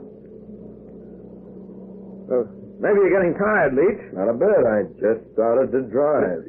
Well, you're not used to the car. I'll let you know when I'm tired. Aren't you going rather fast? 55, that's all. That's all right. This car can take it. We ought to be hitting a town pretty soon now. Why are you slowing down? I'm taking this turn. But how do you know it's the right one? I know. All right, Lola. I'll be a backseat driver now. Do you know this road, Mr. Leach? I've been over it before. The woods are kind of thick here. Yeah. Why don't we pass the village? I can't understand why... Don't be afraid. I mean, well, we're strangers, but we're both nice guys. Aren't we, Leach? We don't have much farther to go. We don't? What do you mean? We're not even near Salt Lake yet. I meant we don't have much longer to ride in this jalopy until we get out of these woods. Oh. You know, I think that the first town we come to, I'm getting a hotel room. I'm tired, and I guess I'll call it a night. Well, anything you say, Miss Pickham. You won't forget to stop, will you? I won't forget. What time you got, Mr. Keeler? 8:20. Oh, that's fine. Is it? What's the matter now? Why are you slowing down again? There's a sign at that road fork. I want to read it. Can't you read it from here? No. What's he doing? Looking up and down the road. Lanny wants to make sure there are no other cars. All right. We can't wait any longer. Reach into that side pocket fast. Have you got a gun? No, but I just remembered there's a pocket knife in there. Quick. Here.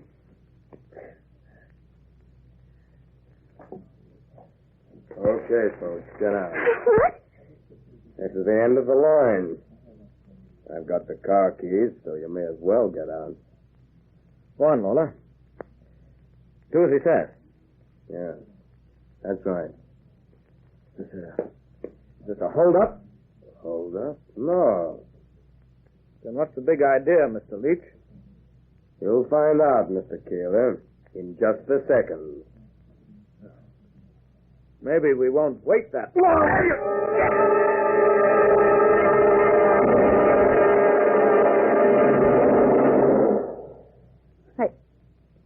I can't look at him. That's a good thing I had this knife.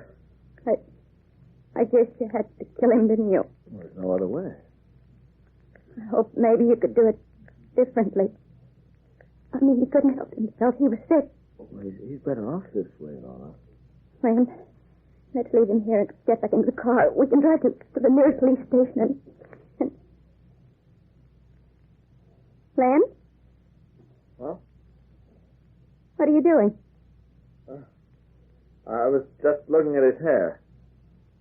His hair? It's so long, soft. Like yours is. I think I'll just cut off a piece to keep it. What's the matter, Lola? Don't you like what I'm doing? I don't believe it. You. You couldn't be. You wasn't. No, Lola. It wasn't. Keep away from me. Come here, Lola. No, keep away. I won't use the knife on you, Lola. Just my hands and my fingers on your throat. No, Please.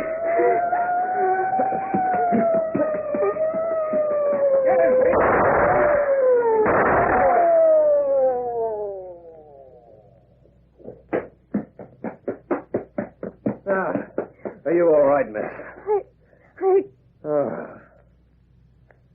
He finished, Leach, did he? Too bad.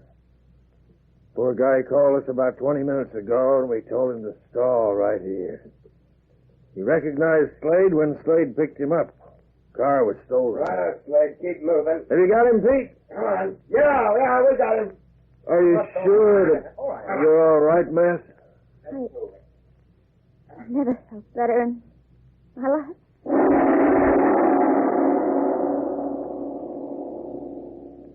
Yes, the road gets lonesome when you're spinning along behind the wheel. And it's lonesomer still when you're beside it waiting for a lift. Only sometimes it's safer to stay at home.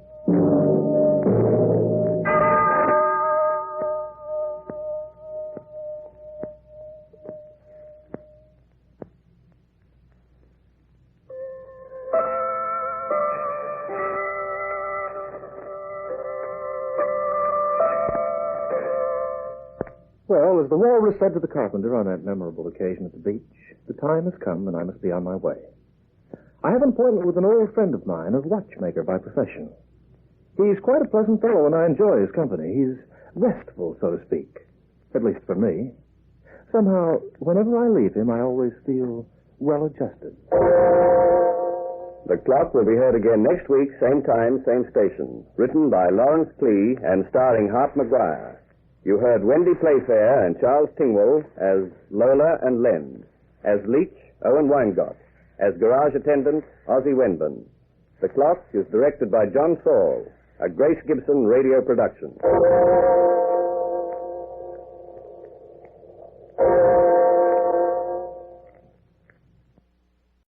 The CBS Radio Mystery Theater presents...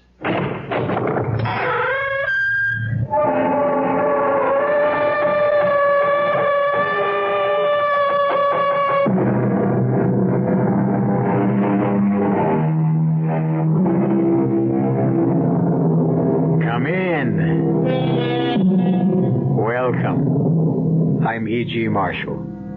And fasten your seatbelt for a breathtaking journey into the vast, mysterious, hidden recesses of your own imagination. Men who have a reputation for telling the truth are universally respected and admired. But on closer examination, you're apt to discover that they have been showered with accolades after they died. What the habitual truth-teller is usually showered with during his lifetime is most often abuse. And it's understandable. In many cases, to tell the truth is to rock the boat. And why do that?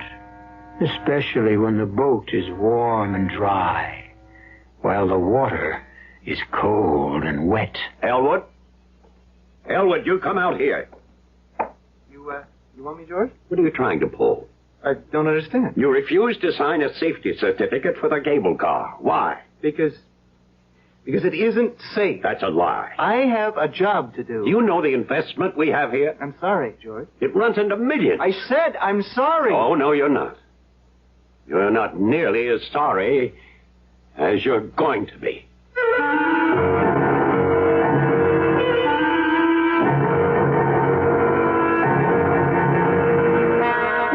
Our mystery drama, A Preview of Death, was written especially for the Mystery Theater by Sam Dan and stars Russell Horton. It is sponsored in part by Buick Motor Division and Anheuser-Busch Incorporated, Brewers of Budweiser. I'll be back shortly with Act One.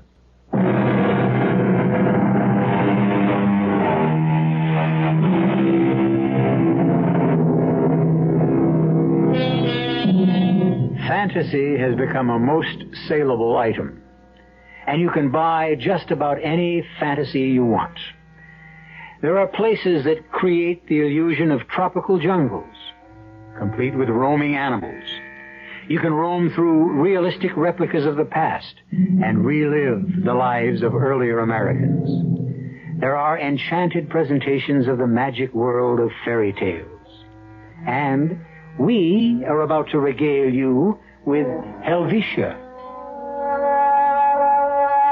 Helvetia, high in the Rocky Mountains, is a faithful reproduction of a tiny Swiss village. The young ladies who work there look like Heidi. The men know how to yodel. And there are chalets and cheeses and wonderful skiing. Indeed, everything you would expect to find in a Swiss resort. There is even a cable car suspended high above the valley. And we're about to get on board. Okay, ladies and gentlemen, may I have your attention, please? Now, you don't have to worry about your baggage or your skis. Everything will be taken off the bus and delivered to your chalet. And once we get you transported to Helvetia, the cable car will come back for your things. All right, now step aboard, please. Folks, you don't want to be late for dinner. This way, please. All right, there's a seat for everyone. Just step inside. Now, madam, you're really going to enjoy this. Once you tried it, you'll never be able to get enough. Oh, Jerry, is this it? 12? Okay, button her up. Okay, folks, we're off.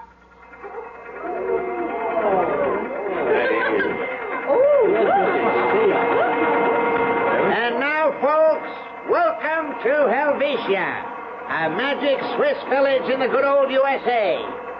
Those of you on the left side of the car can see fantastic Helvetia nestling in the valley just at the foot of that great peak which we call William Tell Mountain.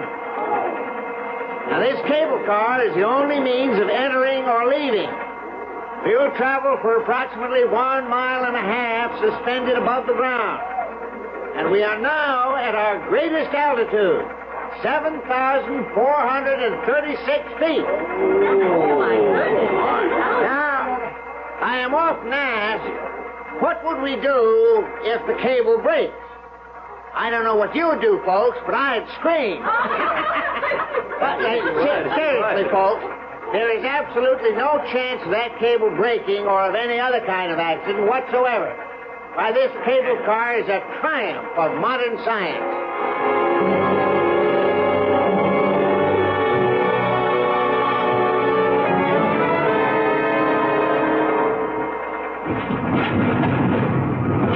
Here we are, folks. In Helvetia, safe and sound. Isn't that? All right, thank you, folks. Step lively now, you'll miss dinner. What happened?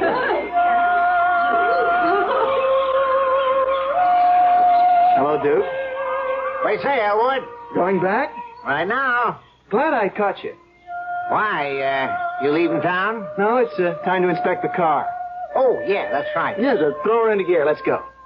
Well, You don't have to go. Here, let me take the card from behind the glass, and you can just initial it. I'll initial it after the inspection, huh? Look, Elwood, What? you're new on the job. That's why I want to do it right. Yeah, well, old man Farrah, he's been a county engineer since maybe the year 1. Before he got pensioned off, he just used to initial the card every month. You did? Yeah, after all, what could be wrong with the card? Well, that's why the law requires a periodic inspection to find out. Okay, Elwood. Be my guest.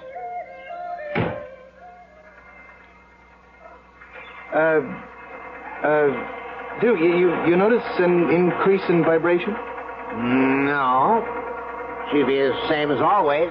It just seems to me that... Well, I ought to know. I ride her all the time. Well, we'll see. Elwood, are you even trying to suggest that maybe there could be something wrong? It's possible. What? What'd you say? You asked me, I told you. Yeah, but... Well, what could be wrong? We're forever checking on the car, the cable, the machinery. I mean, you name it, we do it. This car, it's our bread and butter. No, it has nothing to do with the car or the cable or the machinery.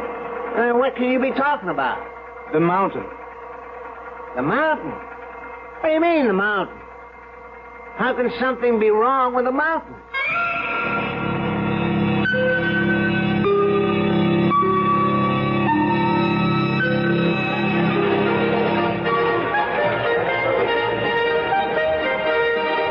Hi, Elwood. Had your dinner? Sure. What a mob. We're completely sold out. Business is good. Oh, I tell you, Elwood, we none of us ever dreamed we could make such a go of this place. Look at this stack of reservations. Where are we going to put all these people? You going to spend the night, Elwood? If it's convenient. Well, how could it be inconvenient? I do have to be at Saddler's Falls before noon tomorrow. Oh, George isn't here. He's in Denver on business. But he's taking the first plane out. He'll want to see you first thing. All right. I hope you don't mind me coming up to your room. Seems like old times. After all, when I was little, the day couldn't officially end until Big Sister came up to say goodnight. Well, it's the only quiet place in the hotel. I have to work on these reservations. You want me to help you? Yeah, grab a handful. You separate them into single girls, single guys, couples, families. Sure. Oh, Elwood, George said to make sure you wouldn't leave till he speaks to you. Okay. He had a phone call from Duke, and Duke was very upset. Yeah, I know. What's it about? You know, the inspection certificate on the cable car. Oh? Yeah, I have to sign it.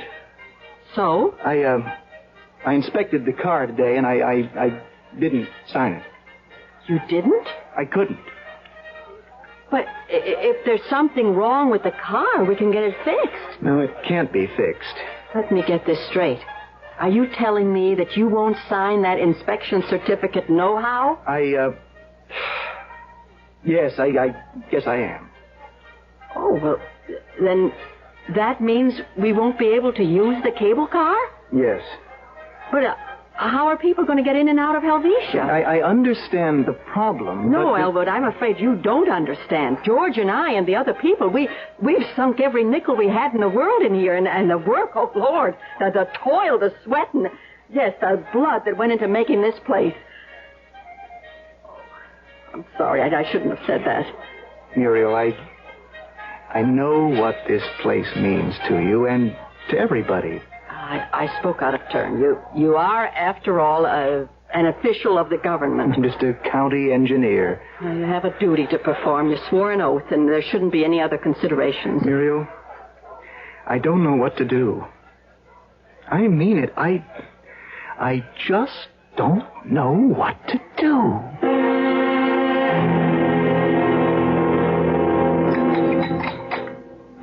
He's crazy, that boy. He's out of his mind. Please, George. I went ahead and got him that job. George. Well, I did. I went and put in a word for him. Without me... That's true, but... But what? Well, you talk as if he's working for you. Well, he is. He's working for me, for Helvetia. No, he's working for the county. Well, by God, what's the county? Helvetia's the county. What else has the county got? What else is worth a damn in the county? Muriel, we have to have that cable car. There's no two ways about it. We've got to have that cable car. All right, George, maybe we will. After all... After all what? Well, he really hasn't made up his mind yet. Well, what's there to think about? His job, his duty, his oath of office. Oh, come on, Muriel, don't hand me that. Well, if the car were dangerous, would you want him to okay it? Now, what kind of a question is that? I think it's a legitimate question. It's a stupid question. Why? Well, because it's impossible for something to be wrong with that car, with the apparatus, with any detail of the operation. Why? Well, you know how we worry over it, as if it were a watch. Now, where is he? Well, he'll be down any minute. He didn't get much sleep all night. I know he's been worried. He doesn't have to be worried about anything. All he has to do is use his common sense. George, don't say any more. Oh, I haven't even begun yet. Has this boy forgotten what he owes me? For you? Us? That's not the issue. No? Well, who raised the boy? You did. Who sent him to college? I did. I didn't make an engineer out of him so that he could come back here and drive me out of business, did I? George, do something that doesn't always come easy to you. Just shut up. When he comes down, please don't discuss it. Don't discuss it. Why do you think I got on a plane 5 o'clock this morning to get here? Well, don't tell him how much you've done for him, how much he owes you. Okay.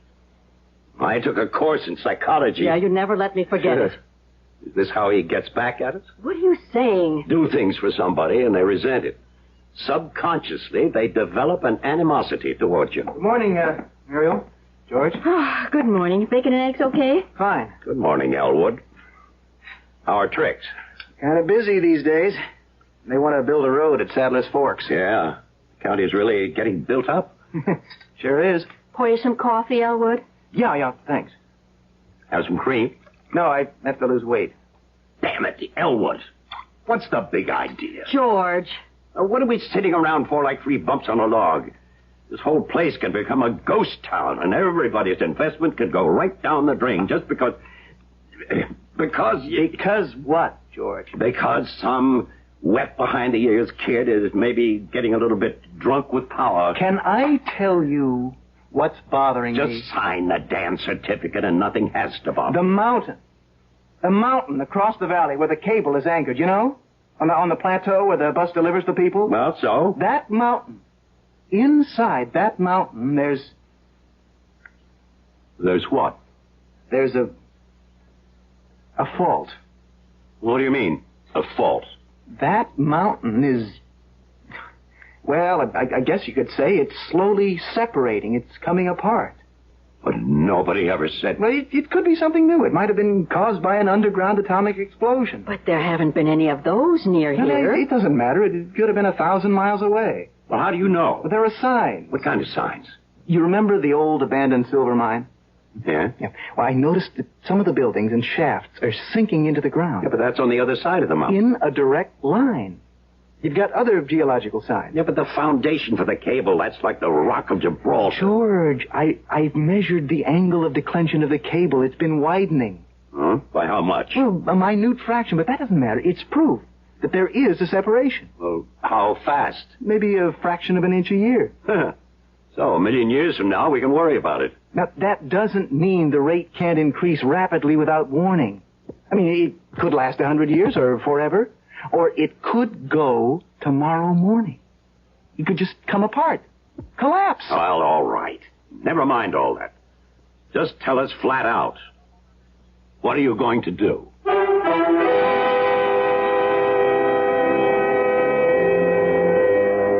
What is he going to do? He appears to be a dedicated public servant. On the other hand, he is a human being with intense personal debts and loyalties. He's thinking about it. And he'll have an answer when I return shortly with Act 2.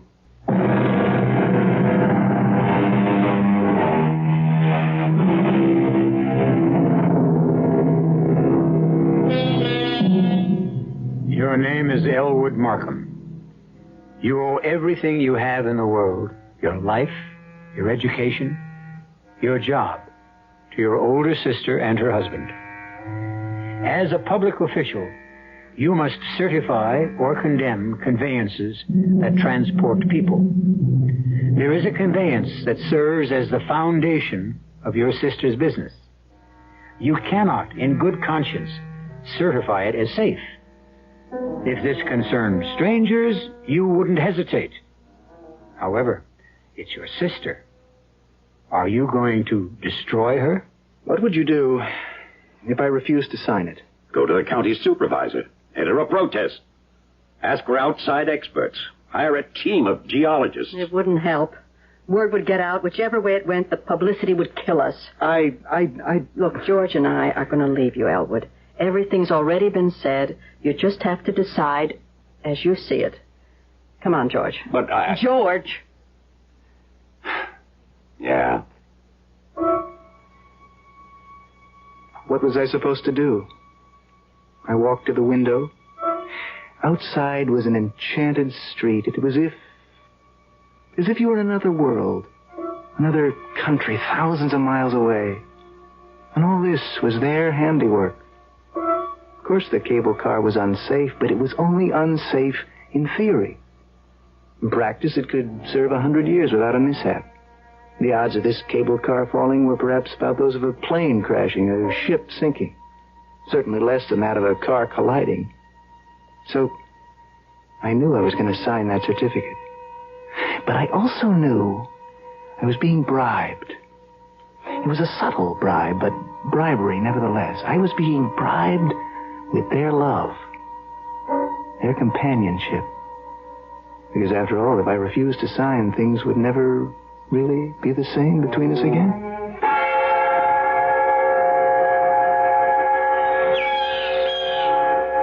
Hey there, Elwood. Morning, Duke. I got a call from the chalet to hold the car for you. Leaving? Yeah. All right, hop in. We're off.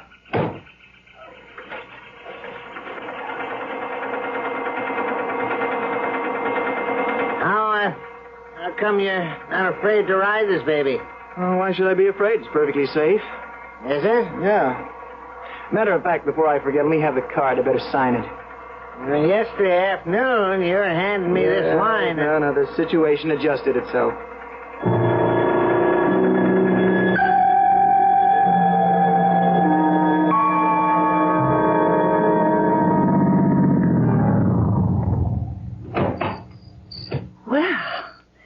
Now I no longer feel alone. Well, hello. My cab dropped me off here about 20 minutes ago. When does that cable car show up? Oh, should be along any minute now. Are you going to Helvetia? No, I have a package I want to have delivered to my brother-in-law at the chalet. Well, I understand it's a fabulous place. I was lucky to get a reservation. I'm sure you'll enjoy it. You know, you look familiar. I was about to, say that about you, too. My name is Daphne. Daphne Aldershot. Daphne Aldershot. That's kind of a wild name. Well, what's yours? Elwood Markham. That's a very sober, serious kind of name. Maybe it's because I'm a very sober, serious kind of person. Oh? What do you do? I'm an engineer. Yes, that's kind of sober and serious. What do you do? I'm a librarian in Denver. Oh. You don't look like a librarian. Why? How are librarians supposed to look? Oh, prim, mousy. You really should get with it. Oh, my goodness. Am I going to go into that? In less than 5 minutes, you'll be in Helvetia. Oh. Will you be staying long? 10 days. Oh. Maybe I'll see you. I'll be there tomorrow afternoon. Tell Mrs. Lucas at the chalet that you're a friend of mine. Okay, all aboard. Hey, Elwood, how you doing? Can you get this package to George for me, Duke? Sure thing, Elwood. And, take good care of Daphne. Oh, how you do, Daphne? She's my fiancée.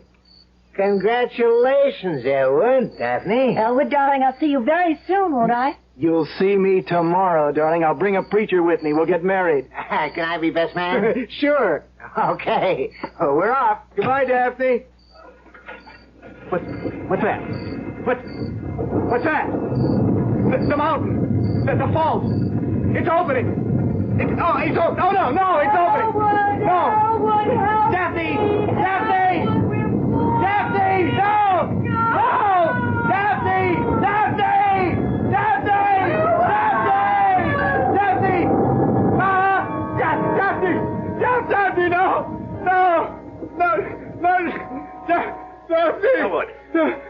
Elwood. Daphne. Boy, snap out of it.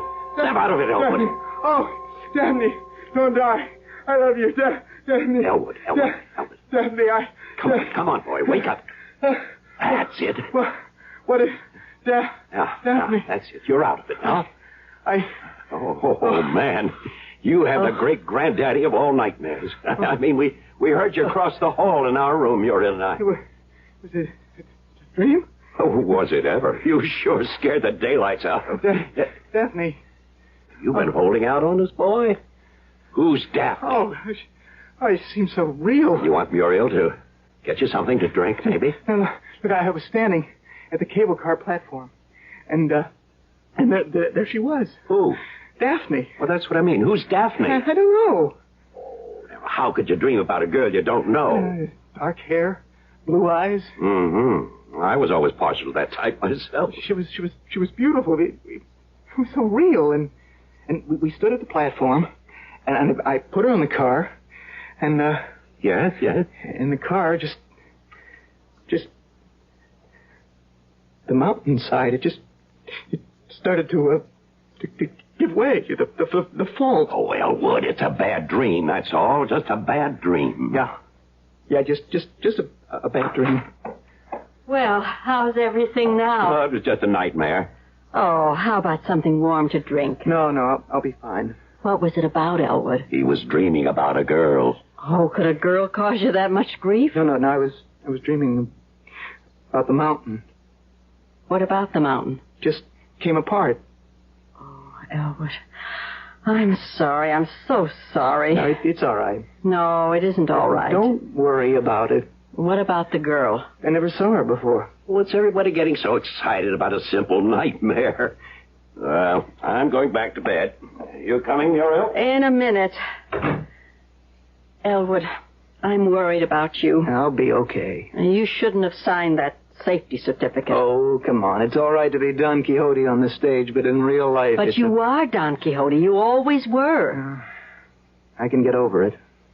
And George and me, well, maybe our motives for getting you the job of county engineer weren't exactly the purest in the world. Muriel, what are you saying? Oh, maybe unconsciously we wanted to have our own man in office so we wouldn't be bothered with all the official inspections. Muriel, I won't believe that you could have such a motive. Well, as I say, it wasn't a conscious one. Anyhow, it's all so complicated, isn't it? Look, next month, don't sign the certificate. No, I've already fought that battle. It's over. Well, then resign. It is over, Muriel. I had this crazy nightmare. I conjured up this girl out of nowhere. But why?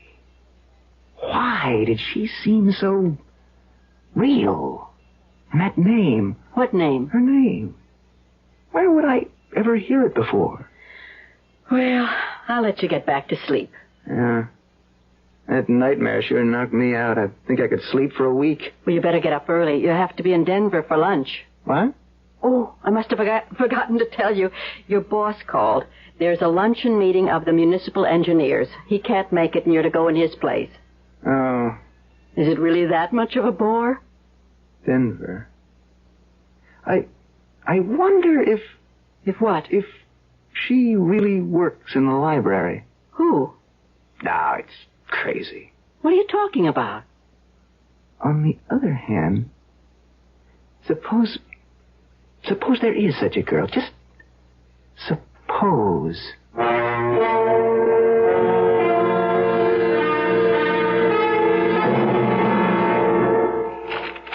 All corn, Alden, Alder, Aldershot. Daphne Aldershot. It just can't be. It just can't be. Huh. But why not? Okay, so it is. But what am I going to say to her?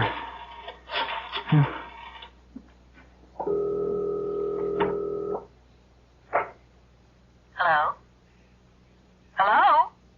Is this Daphne Aldershot? Yes? Miss Daphne Aldershot? Yes? Who are you? Are you The Daphne Aldershot who's a librarian? Yes. Who is this? You don't know me. And I don't think I want to. Hey, please, don't hang up. Why not? Just answer one question.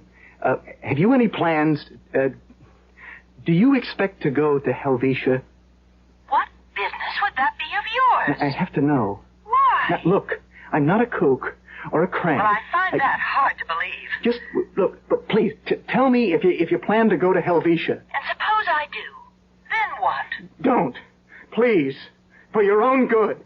Don't go.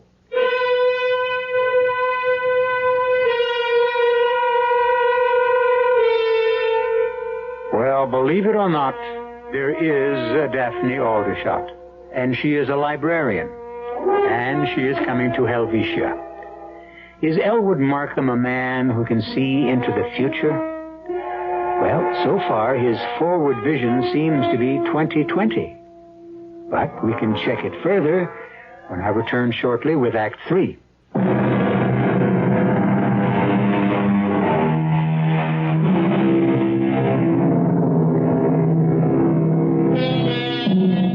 Elwood Markham keeps having nightmares. In his nightmares, a girl he never even heard of steps into the overhead cable car that transport visitors to the enchanting resort called Helvetia.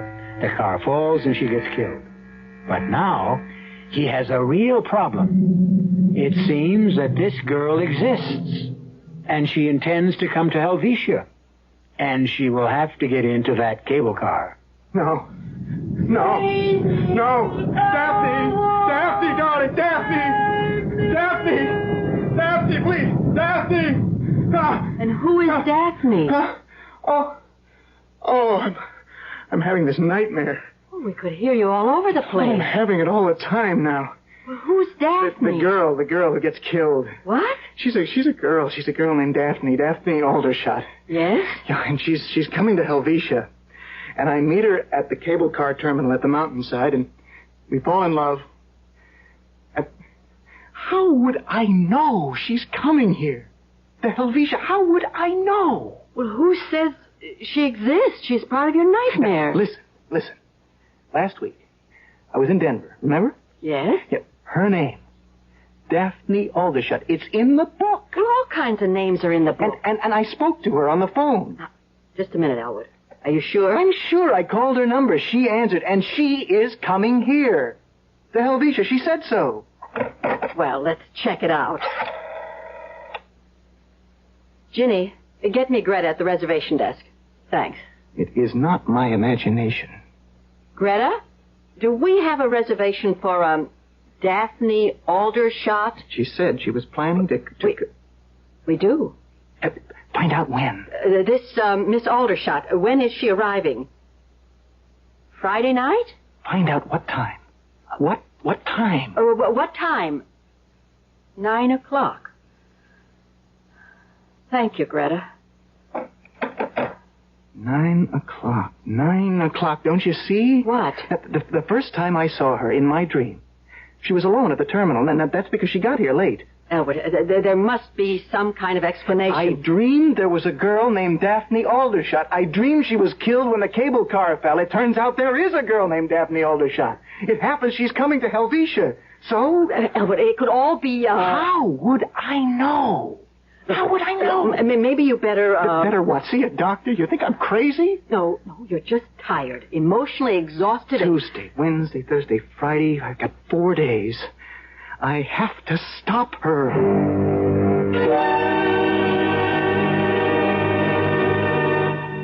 May I help you?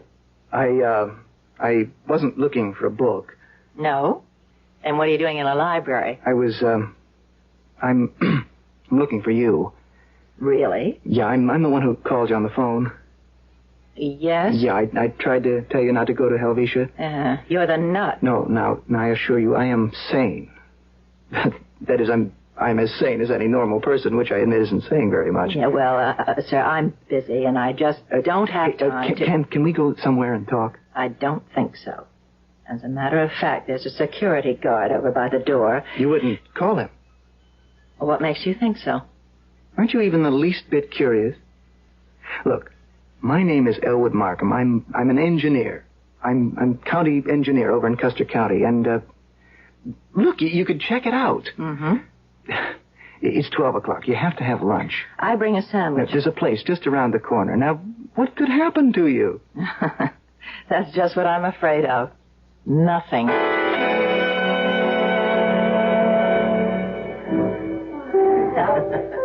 You don't really want to go to Helvetia. But I do. I've been saving my money for almost 2 years. The place is a phony. I should know. My sister and brother-in-law, they run the biggest chalet there, and it's just, you know, imitation. Well, I hear it's fabulous. Take it from me. You won't like it.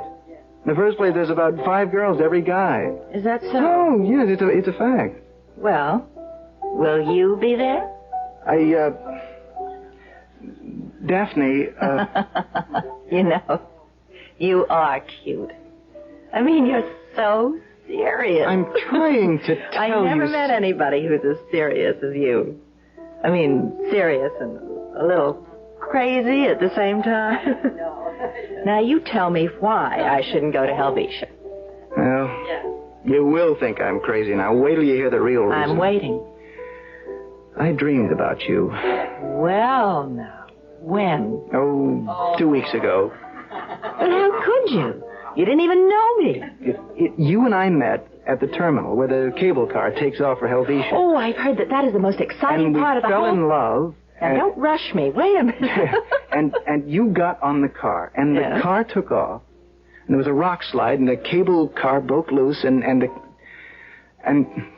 car fell, and...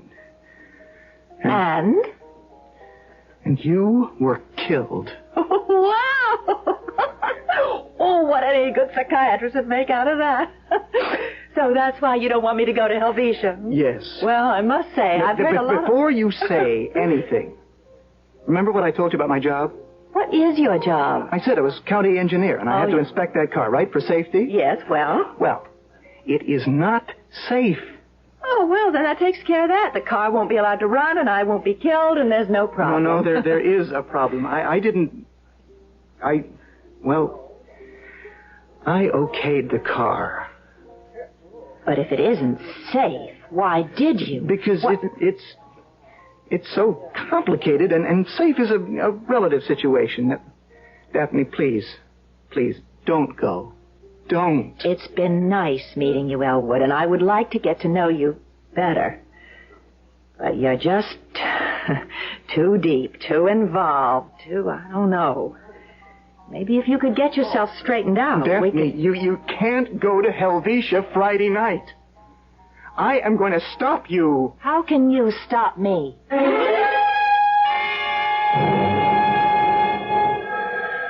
Excuse me, Elwood. County Engineering Office, Tracy. Yeah? I'll put Elwood on it. Right. Talk of the road being washed away. On the other side of the mountain where the cable car terminal is. How'd you know? It's part of what I'm trying to tell you, Mr. Tracy. Elwood, I just can't condemn the cable car without giving the folks at Helvetia notice. But look, this is an emergency. 2 weeks ago, you certified the car as safe. Now, what's come up so sudden? It hasn't been sudden. I've known about it for months. Well, then why didn't you... Well, because Because of Muriel and George? Yeah, it's part of it. Maybe. We've lived with geological faults, Elwood. Yeah, sure, but a heavy rain, unusual amount of snow, any one of 100 subterranean disturbances, and that whole side of the mountain... Okay, let's do a study. No, that will take weeks, months. It could go any time. And it could never go at all. Elwood, now here's what you have to do.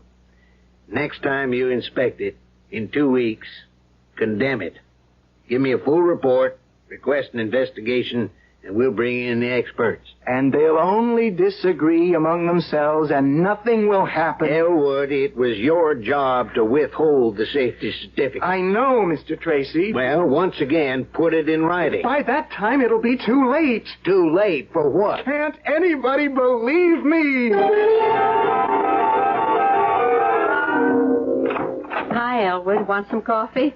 No, thanks. Where you been the past few days? Muriel, do something for me. Okay. Miss Daphne Aldershot. Oh? You know, she's due here tomorrow evening. And? Call her. Send her a wire, anything. Tell her you had to cancel her reservation. Why should I do that? Because I ask you to. Oh, I really can't do that, Elwood. You own the place. You and George, you can do anything you like. Well, not really. Miss Aldershot sent us a deposit. We confirmed her reservation. We can't just cancel her. What's to stop you? Well, first, it's unethical. Second, it's illegal. She could sue us. Let her.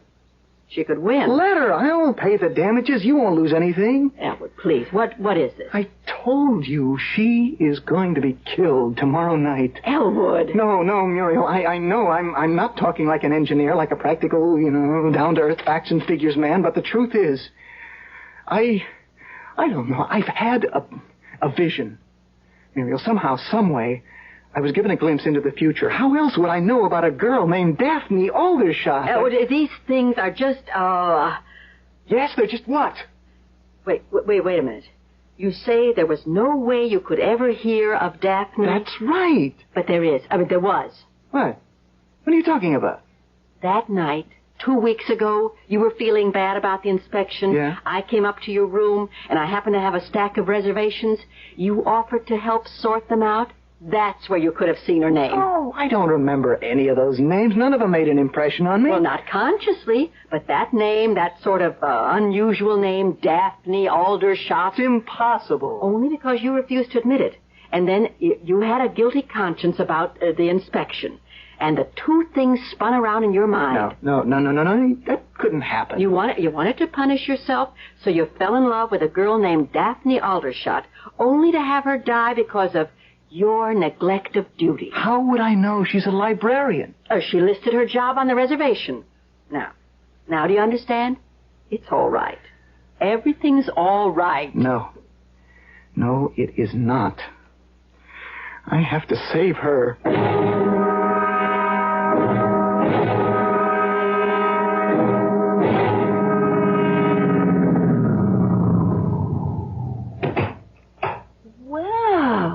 Hello. Look who's here.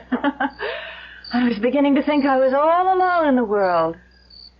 Daphne, do you realize that's what you said when I first met you? In a dream? My cab driver dropped me off here about 20 minutes ago. When does the cable car arrive? You decided to come, after all. Elwood, what am I going to do about you? You could listen to me. Mm-mm. That's something I must never do.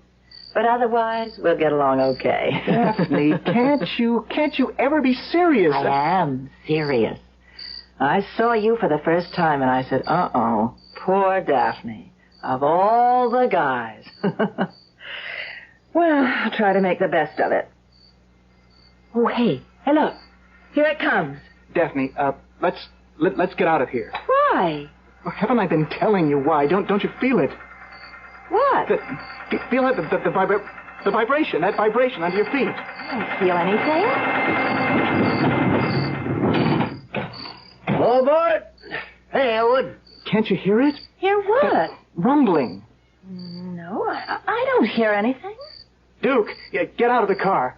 Elwood, what's fighting you? There's a slide. I don't hear anything. I said get out of there. Elwood, take your hands off me. Why did you hit him? Help me. Help me get him out of there. What's that? I told you. Come on, let's drag him back as far as we can go. Elwood, we're going to get killed. Hurry up. No, hurry. Come on, maybe we can get back far enough. I'm Quick, come on. Here's the place over here. Where the earth is cracking over here. Before we do it, come on. Come on, we can do it. Come on, Daphne. Daphne, pull yourself. Daphne, come on, Daphne.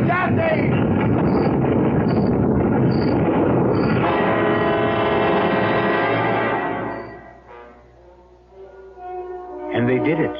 They just managed to scramble to safety as the piece of the mountain that held the cable anchor fell away. Happily, though, it didn't spell the end for Elwood and Daphne. It was a beginning. For Helvetia, it was a continuation. they flew the people in by helicopter. And the place is doing better than ever. Whether or not you decide to make a reservation to go there, remember your daily reservation with us here. I'll return shortly.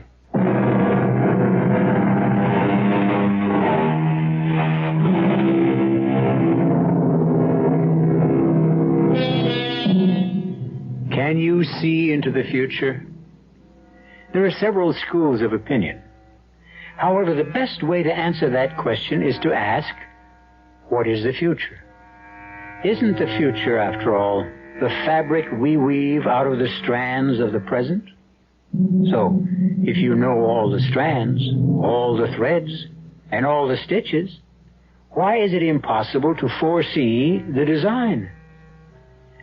We'll have another terrifyingly delightful design for you next time. Our cast included Russell Horton, Stats Cotsworth, Clarice Blackburn, Robert Dryden, and Marion Seldes. The entire production was under the direction of Hyman Brown.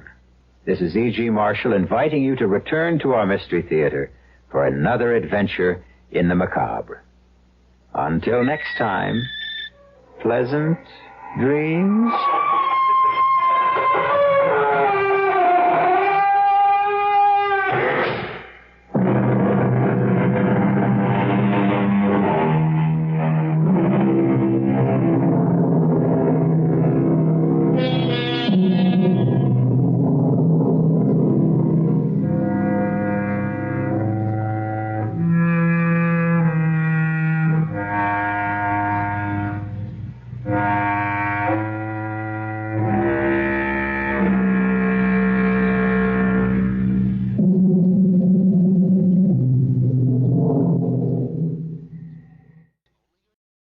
Signal gasoline.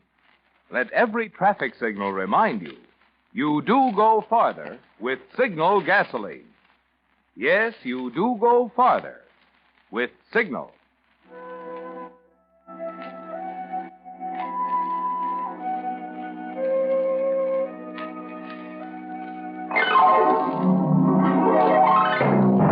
The Signal Oil Company and your neighborhood Signal dealer bring you another curious story by The Whistler. Tonight, X marks the murderer.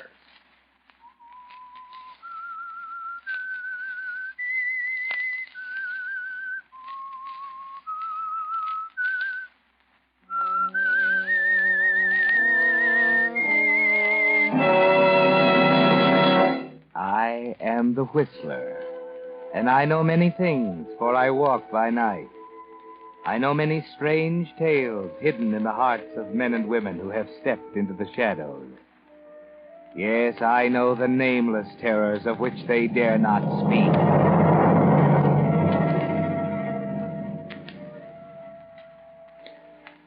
If it hadn't been for a simple housewife named Mamie Cast and her idea, the police might never have solved the case at all. And it was a case that they certainly wanted to solve, and quickly. It was a long series of murders which baffled police and terrorized the city, not only because of their fiendish quality, but because of their apparent lack of motive. I say apparent lack because you can't expect the police to find and recognize a motive deep in the mind of a man who simply enjoys killing, a man who rationalizes his feeling into a sort of righteous cause. So at the time Mamie Cast got her idea, the police were still baffled and getting nowhere. Mamie, reading about it, got her idea and told Ben, her husband, about it over their evening coffee. Think of it. 4 of them, all women, stabbed and left dying in the streets. And the police looking high and low, and him or her nowhere to be found. You know, it must be a man. It couldn't be a woman to do a thing like that to her own kind. Don't you agree? Huh? Oh, Ben, ain't you listening to me? Sure. What's got into you sitting there staring like that? I was just watching you reading about it. You get all worked up. Like it was you that was stabbed. Like any minute it'd happen to you. Well, it might be, too. Who's to say he's not lurking right around here? And when I go out some night, why, it might be someone in our own neighborhood. Might be. You know, the police think it's a working man. They do? Why? Well, because all the killings have been on weekends, when there ain't work to keep a body busy and out of trouble. If they know so much, why don't they catch him? They don't know. It's just a theory. They're just guessing. Well, sort of, yes, but... Well, they'll double the police on weekends until they catch him. Maybe he's too smart to get caught. The newspaper's offering a reward for $1,000. It says, this paper will pay $1,000 to anyone who can offer a clue which will lead to the arrest and conviction of the monster who's terrorizing the city. Monster? Is that what they call him? Well, what else would you call one who kills people like that? You know, we could use that $1,000, Ben. I want nothing to do with it. You wouldn't take $1,000 if all you had to do was to give the police an idea? I ain't got any idea. Well, I have. I've been working on it all day, and I'm going to send it to the police. You have? Yes. Where'd you get this idea? I ain't put any ideas in your head, have I? Where'd you get an idea? All you do is come home from work every morning and fall asleep. When you wake up, you sit in that chair all afternoon and evening till it's time to go to work again. Just sitting there and brooding. No, I gave myself this idea. You wouldn't want to tell me, would you? No. Why should I? I'm your husband. It ain't right to keep things from your husband. You keep things from me. No, I don't. What things? You don't always tell me where you go. Can't a man take a walk now and then without having to get his wife say so? What's your idea? Well, here, look. See this map of the city? Yeah? See them 4 crosses? Yeah? What are they? Each one marks the place where a killing occurred. Anybody can make a map like that. Well, wait a minute. Watch. When I connect those 4 points, it makes a square. Almost. That ain't so wonderful. Now, my theory is that whoever's doing the killings lives someplace inside that square. There's 500,000 people lives there. But he never strikes twice in the same place. I've got the idea that he goes out in a different direction from where he lives every time he wants to do away with somebody. What makes you think that? Well, it's just natural not to do something like that in front of his own house. He'd go far away and in a different direction each time, so as not to have 2 happen in the same place, don't you see? And according to your figuring, where's he live? Somewhere in the middle of the square. Now, wait till I connect the opposite corners of the square. What's that for? He lives nearby where the lines cross. Now, look, come here. Let's see. Yeah, this one comes along 8th Street. And it crosses this one here. Ben, look. Huh?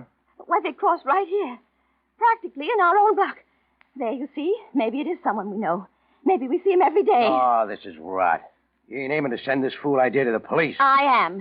Maybe it is rot. And maybe it's worth $1,000. Anyways, I'm going to try. Mamie, I'm warning you. Don't fool around with something that's none of your business. And why not?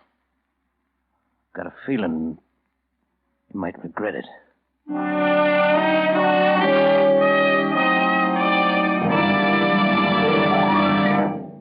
Now It Can Be Told is on everyone's lips these days, with all sorts of news breaking. For wartime security, American industry has had to maintain secrecy about many of its most amazing projects. For instance, Signal Oil Company, who brings you the Whistler each week, would like to have been able to tell you about Signal's new super fuel as it was being developed. For during the last few years, petroleum chemists have found ways of completely changing the composition of gasoline, giving new performance undreamed of before the war. But the big news tonight is that soon these ingredients that have been helping us win the war will be in a new Signal gasoline. Yes, a new Signal super fuel, which will challenge you to step on the pedal and find the greatest thrill you've ever felt in driving. You'll soon find this new Signal super fuel at your friendly neighborhood station, displaying Signal's yellow and black circle sign. Meantime, while you're waiting for the announcement, keep your car filled with Signal. Keep enjoying genuine Signal quality, which today, as for the past 14 years, means the finest in petroleum products and service that money can buy. And now, back to the Whistler.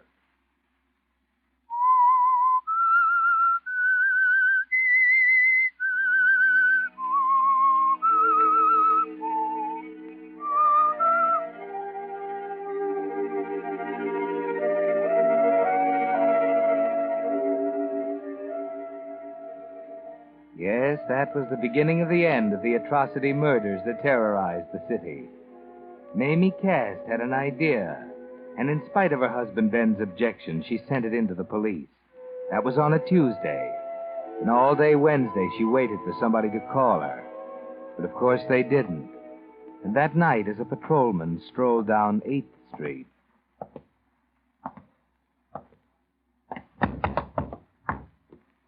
Blast it. Now, what's this? Hey there, there's no place to go to sleep. Come on, get up. Come on, I'll get up. I'll give you a hand. Come on up, you something wrong here. Mother in heaven. Another one.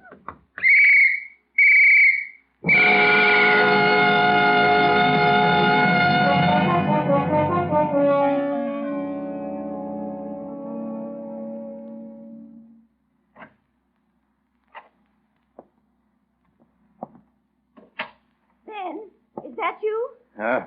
Ben, Quit screeching, it's me. it's happened again. What's your light on for? Turn it off. Right here in our block. It was horrible. Turn that light off. I was frightened. I felt safer with it on. I like the dark. Turn it off. All right, all right. Didn't you hear me? Don't you know your wife's been here all this time, almost dying with fear? There's been a murder almost on our doorstep. Yeah, I know. You know? How? Police were talking about it as they came in. What's the water faucet running for? I'm washing my hands. Never knew you to do that before. I thought you washed up at the factory. Can't a man wash his hands when he needs it? Get me some brandy. Brandy? At this hour in the morning? Yeah, I'm tired. Done in.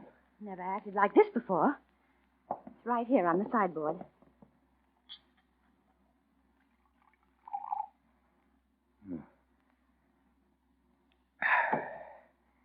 Yeah, it's better. Yeah, you better have some. I will have a drop. Now what do you think of your fine theory? This time it didn't happen on a weekend. I wonder why. All the others did. You said he lived in this block, went far away in a different direction. Maybe you ain't so smart after all. You better stick to your dishes and housework and not dream about rewards. I'll dream if I want to. And if I get another idea, I won't tell you about it. I'm going to bed. Will you be coming? Pretty soon. I'll be along as soon as I wash my hands.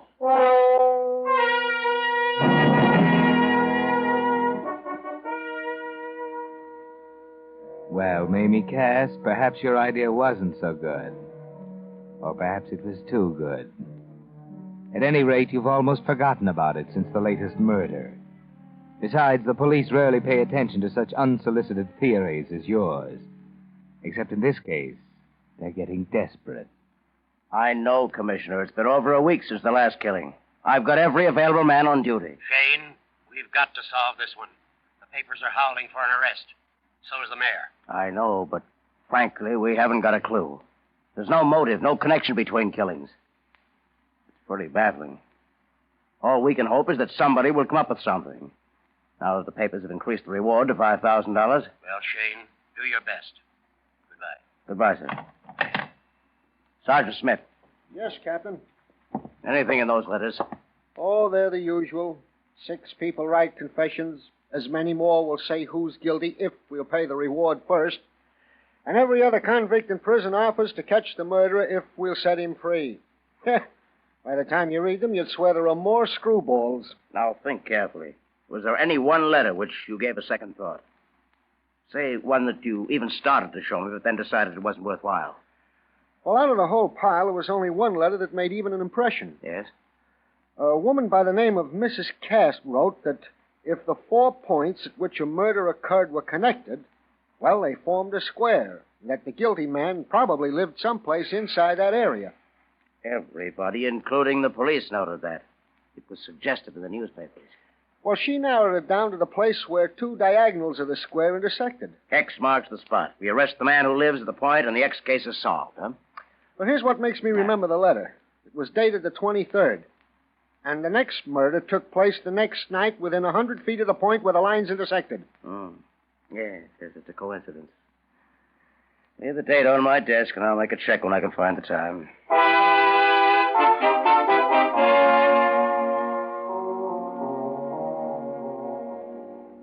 Now, Mamie, perhaps your theory will get a try, but only when Captain Shane gets around to it. And in the meantime, a certain change of attitude is coming over you. Yes, there's a new and strange thought coming into your mind. And tonight it begins to take real shape. When Ben went to work tonight, he forgot his lunchbox, so you follow him to the factory to deliver it. After all, he'll get pretty hungry before morning. Are you the timekeeper? Yes, ma'am. What can I do for you? My husband went off and forgot his lunch, and I'm bringing it to him. Oh, what's his name? Cast. Ben Cast. He's in the grinding shed. I-J-K. Cast. Ben, yeah. Well, he didn't punch in tonight. You mean he ain't here? That's it. He's not working tonight. But he always goes to work. Maybe he's got a date with a blonde. He, ain't stayed away before, has he? Now, wait, and I'll check. Ain't supposed to, but seeing you're his wife, I guess it's okay. No, he's pretty regular. Missed only once before this month. When was that? Last week. Wednesday it was. Last Wednesday. No! Not Wednesday. Well, here's the card. Clock doesn't lie. Hey, what's the matter? You look pale. You ain't going to faint. Wednesday!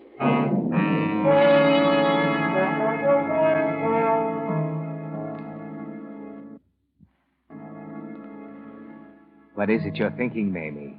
Wednesday, last Wednesday, Ben didn't come to work. Last Wednesday, when a woman was killed just outside your door, and Ben came in and washed his hands. When you get home, he's not there yet. You wait, and finally...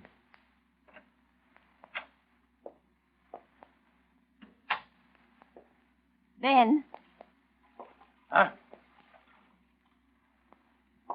You still up? Yes. There's, been another? Yeah. Don't pester me with questions. I'm too tired. I won't, Ben. Oh, I left the brandy on the table for you. Yes, Mamie. Now you're beginning to understand. And now you know your plan was too good. Too good. But what about you, Ben? What are you thinking? Were you in too much of a daze to hear what Mamie was saying to you? Don't you see those looks she gives you the next day, looks of fascinated horror? You don't even notice that she's frightened. It doesn't penetrate that she knows anything. That is, not till you go to work the next night. Yeah, sure. Hello, Ben. Oh? Well, I see you brought your lunch tonight. What do you mean? I gotta eat, don't I? Well, you forgot it last night. Your wife brought it down. My wife was here last night? Yeah. Brought my lunch basket? Mm-hmm. She knows I wasn't to work? That's right. And she seemed a little upset about it. Hey, where you going? Better straighten things out before it's too late. I'm going home.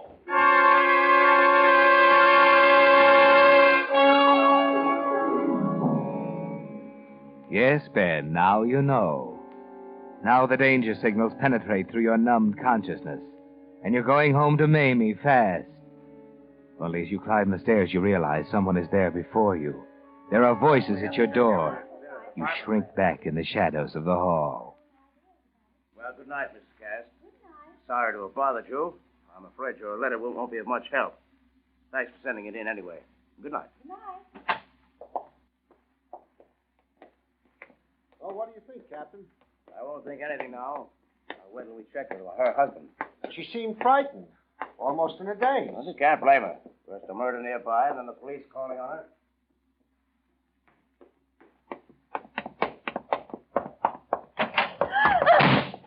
Ben! You're home. What those men want? Well, they just came to ask about the letter. It doesn't mean a thing. They check up on all letters like that. You were right, Ben. The idea wasn't any good. They ask about me? Yes, but just what they call routine questions. What you did, where you worked, and how long we'd been married, and, things like that. You told them? Oh, yes, I had to. And did you tell them I didn't go to work last Wednesday? No, I didn't tell them that. You know, don't you, Mamie? No. You don't have to tell me where you were. I'm not asking you anything, Ben. How'd you know the other night when you asked me if there'd been another one? It was in the newspaper. Wasn't in the papers when you asked me. Then it wasn't in the papers when you told me. It's you. You You're the monster. No, don't call me that. No. I'm not. Monster. That's what you are. You, a woman who'd sell her husband for $1,000. I never said a word. You. Ben, please, put down that knife. You. I swear I'll never say a word. I'll never tell a soul. You've set the police on my trail. No. They'll go to the factory and find I wasn't at work. And they'll be like a pack of hounds sniffing and baying at me and let me have no peace. I can save you, Ben. I know I'm only a woman, but I can throw them off the scent. How can you? It don't prove anything. You're not being at work. And when they come back to check, I'll tell them you were with me every minute of the time. Don't you see, Ben? You need me. I need you. Yes, more now than you ever did. You need someone who can swear to where you were those nights you weren't at the factory. I'm the only one who can do that. And the only one who will do it. Yeah, that's right. I'll have to tell him I was someplace. But you'll have to have someone to back you up. You're not going to turn me in? No. You can put that knife down now, Ben. I won't ever tell. I'm your alibi now. Without me having a chance, I'm your alibi.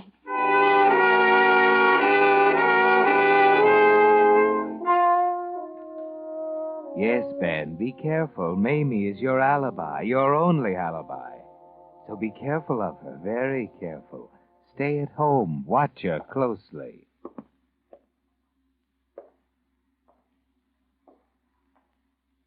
Ben, can't you stop pacing up and down? That's all you've done for 3 nights now. That and sit brooding in the armchair.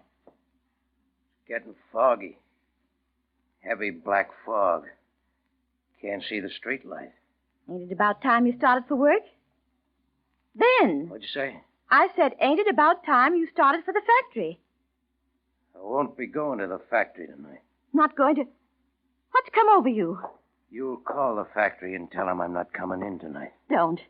Don't make me do that. You'll do as I say. All right. But don't go out. Not again. Not another one. What difference does it make? Oh, no. Rotten world anyway. Oh, no. You're better off out of it. We'd all be. But Ben... Call the factory. Tell them I won't be there. I'll be back in the morning. No, Ben, come back! Don't go! Ben!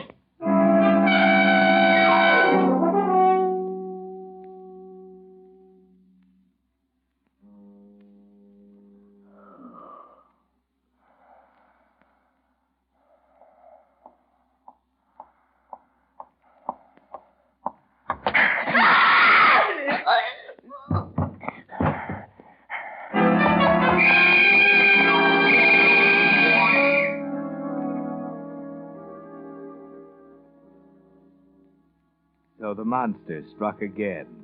For the last time. You didn't know that, Ben, but it was for the last time. Yes, it might not have been if it hadn't been for Mamie's idea and her letter to the police, and the train of thought it started in the mind of Captain Shane of the Homicide Squad. You think we've got enough to make an arrest, Captain? Not yet. We've got nothing new. But I hope to after I've questioned him. Everyone knows what to do? Oh, yes, sir. We've even rehearsed like actors. Good. Then bring him in. Right in here, Mr. Cast. Sit down, Mr. Cast.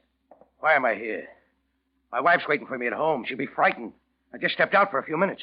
You told her you'd be right back? Yeah. Well, of course, she will be worried. I'll be as brief as possible, and you can go to her. Mr. Cast, we want you to help us. Me? Help the police?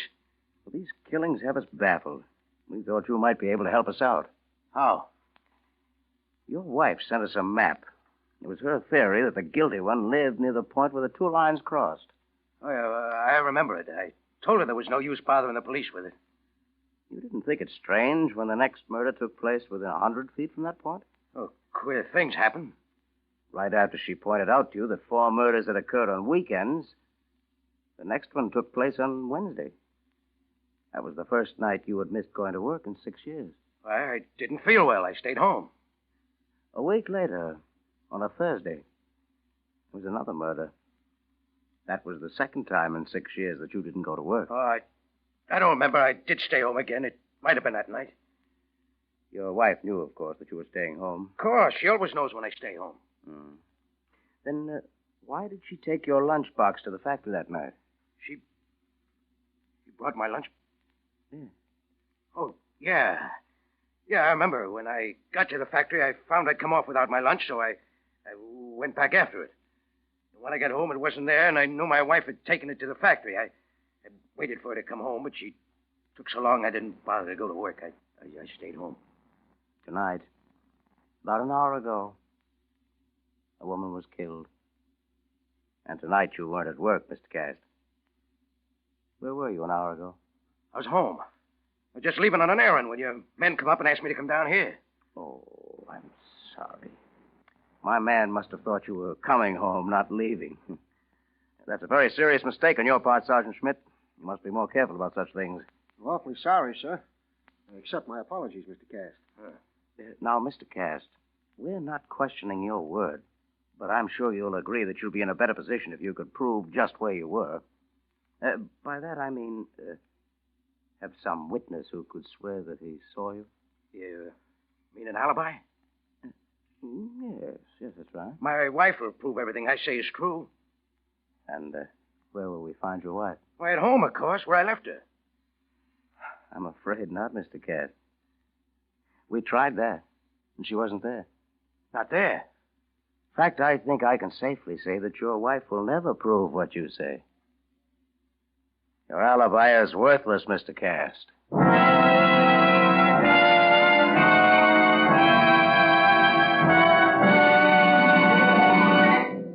The Whistler will return in just a moment with a strange ending to tonight's story. Meantime, where are you going? I mean, with that unlimited supply of gasoline you can enjoy from now on. Yes, of course, you're going to make up for lost driving and really go places. But unfortunately, for a while at least, it's going to have to be on those tired old tires that have been recapped and repaired again and again. Now, to avoid marring your driving fun with that familiar roadside disease in which one side of a tire gets very, very flat, here is a surefire prescription. Tell your neighborhood signal gasoline dealer you'd like for him to keep an eye on your tires, to catch little cuts and injuries before they grow big and let you down before you can buy a new tire. You'll find your signal dealer is completely equipped to give you the finest in modern tire repair, whether it's a small patch or a full recap. For those friendly dealers displaying Signal's yellow and black circle sign are much more than just a place to get Signal Go Farther gasoline and fine Signal lubrication. Each Signal dealer has a complete line of automotive services and fine accessories to keep your car running better, looking better, and lasting longer. And now, back to the Whistler.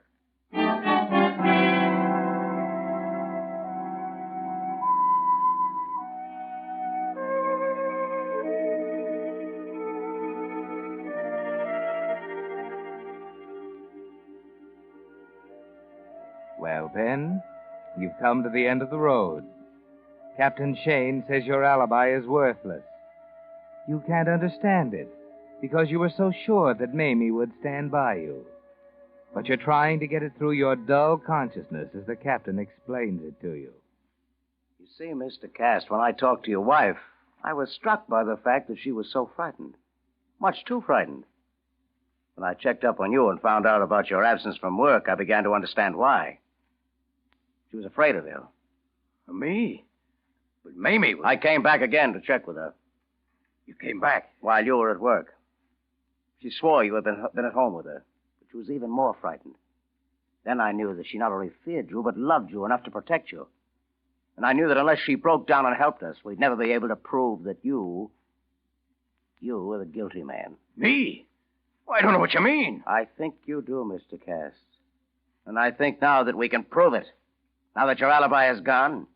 What have you done to Mamie? Where is she? Right outside, Mr. Cast. Sergeant, bring in Mrs. Cast. Yes, sir.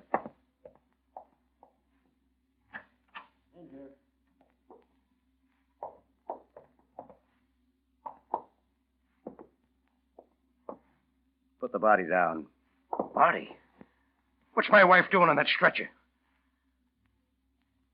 She's dead. No. No, my alibi.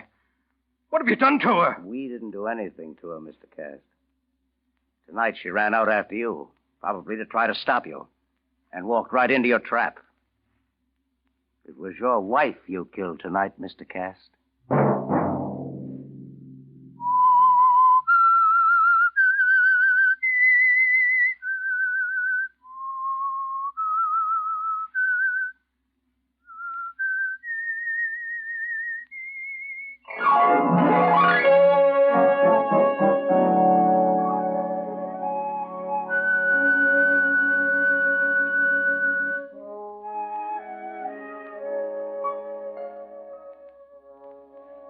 Next Monday at 9 o'clock, The Whistler will bring you another strange tale. The Whistler is broadcast for your entertainment by the marketers of Signal gasoline and motor oil and fine quality automotive accessories, and by your neighborhood Signal dealer. This program, directed by George W. Allen, with tonight's story by Joseph Cochran, music by Wilbur Hatch, is transmitted to our troops overseas by the Armed Forces Radio Service. This is Marvin Miller speaking, and suggesting that you let every traffic signal remind you that you do go farther with Signal gasoline. Yes, you do go farther with Signal.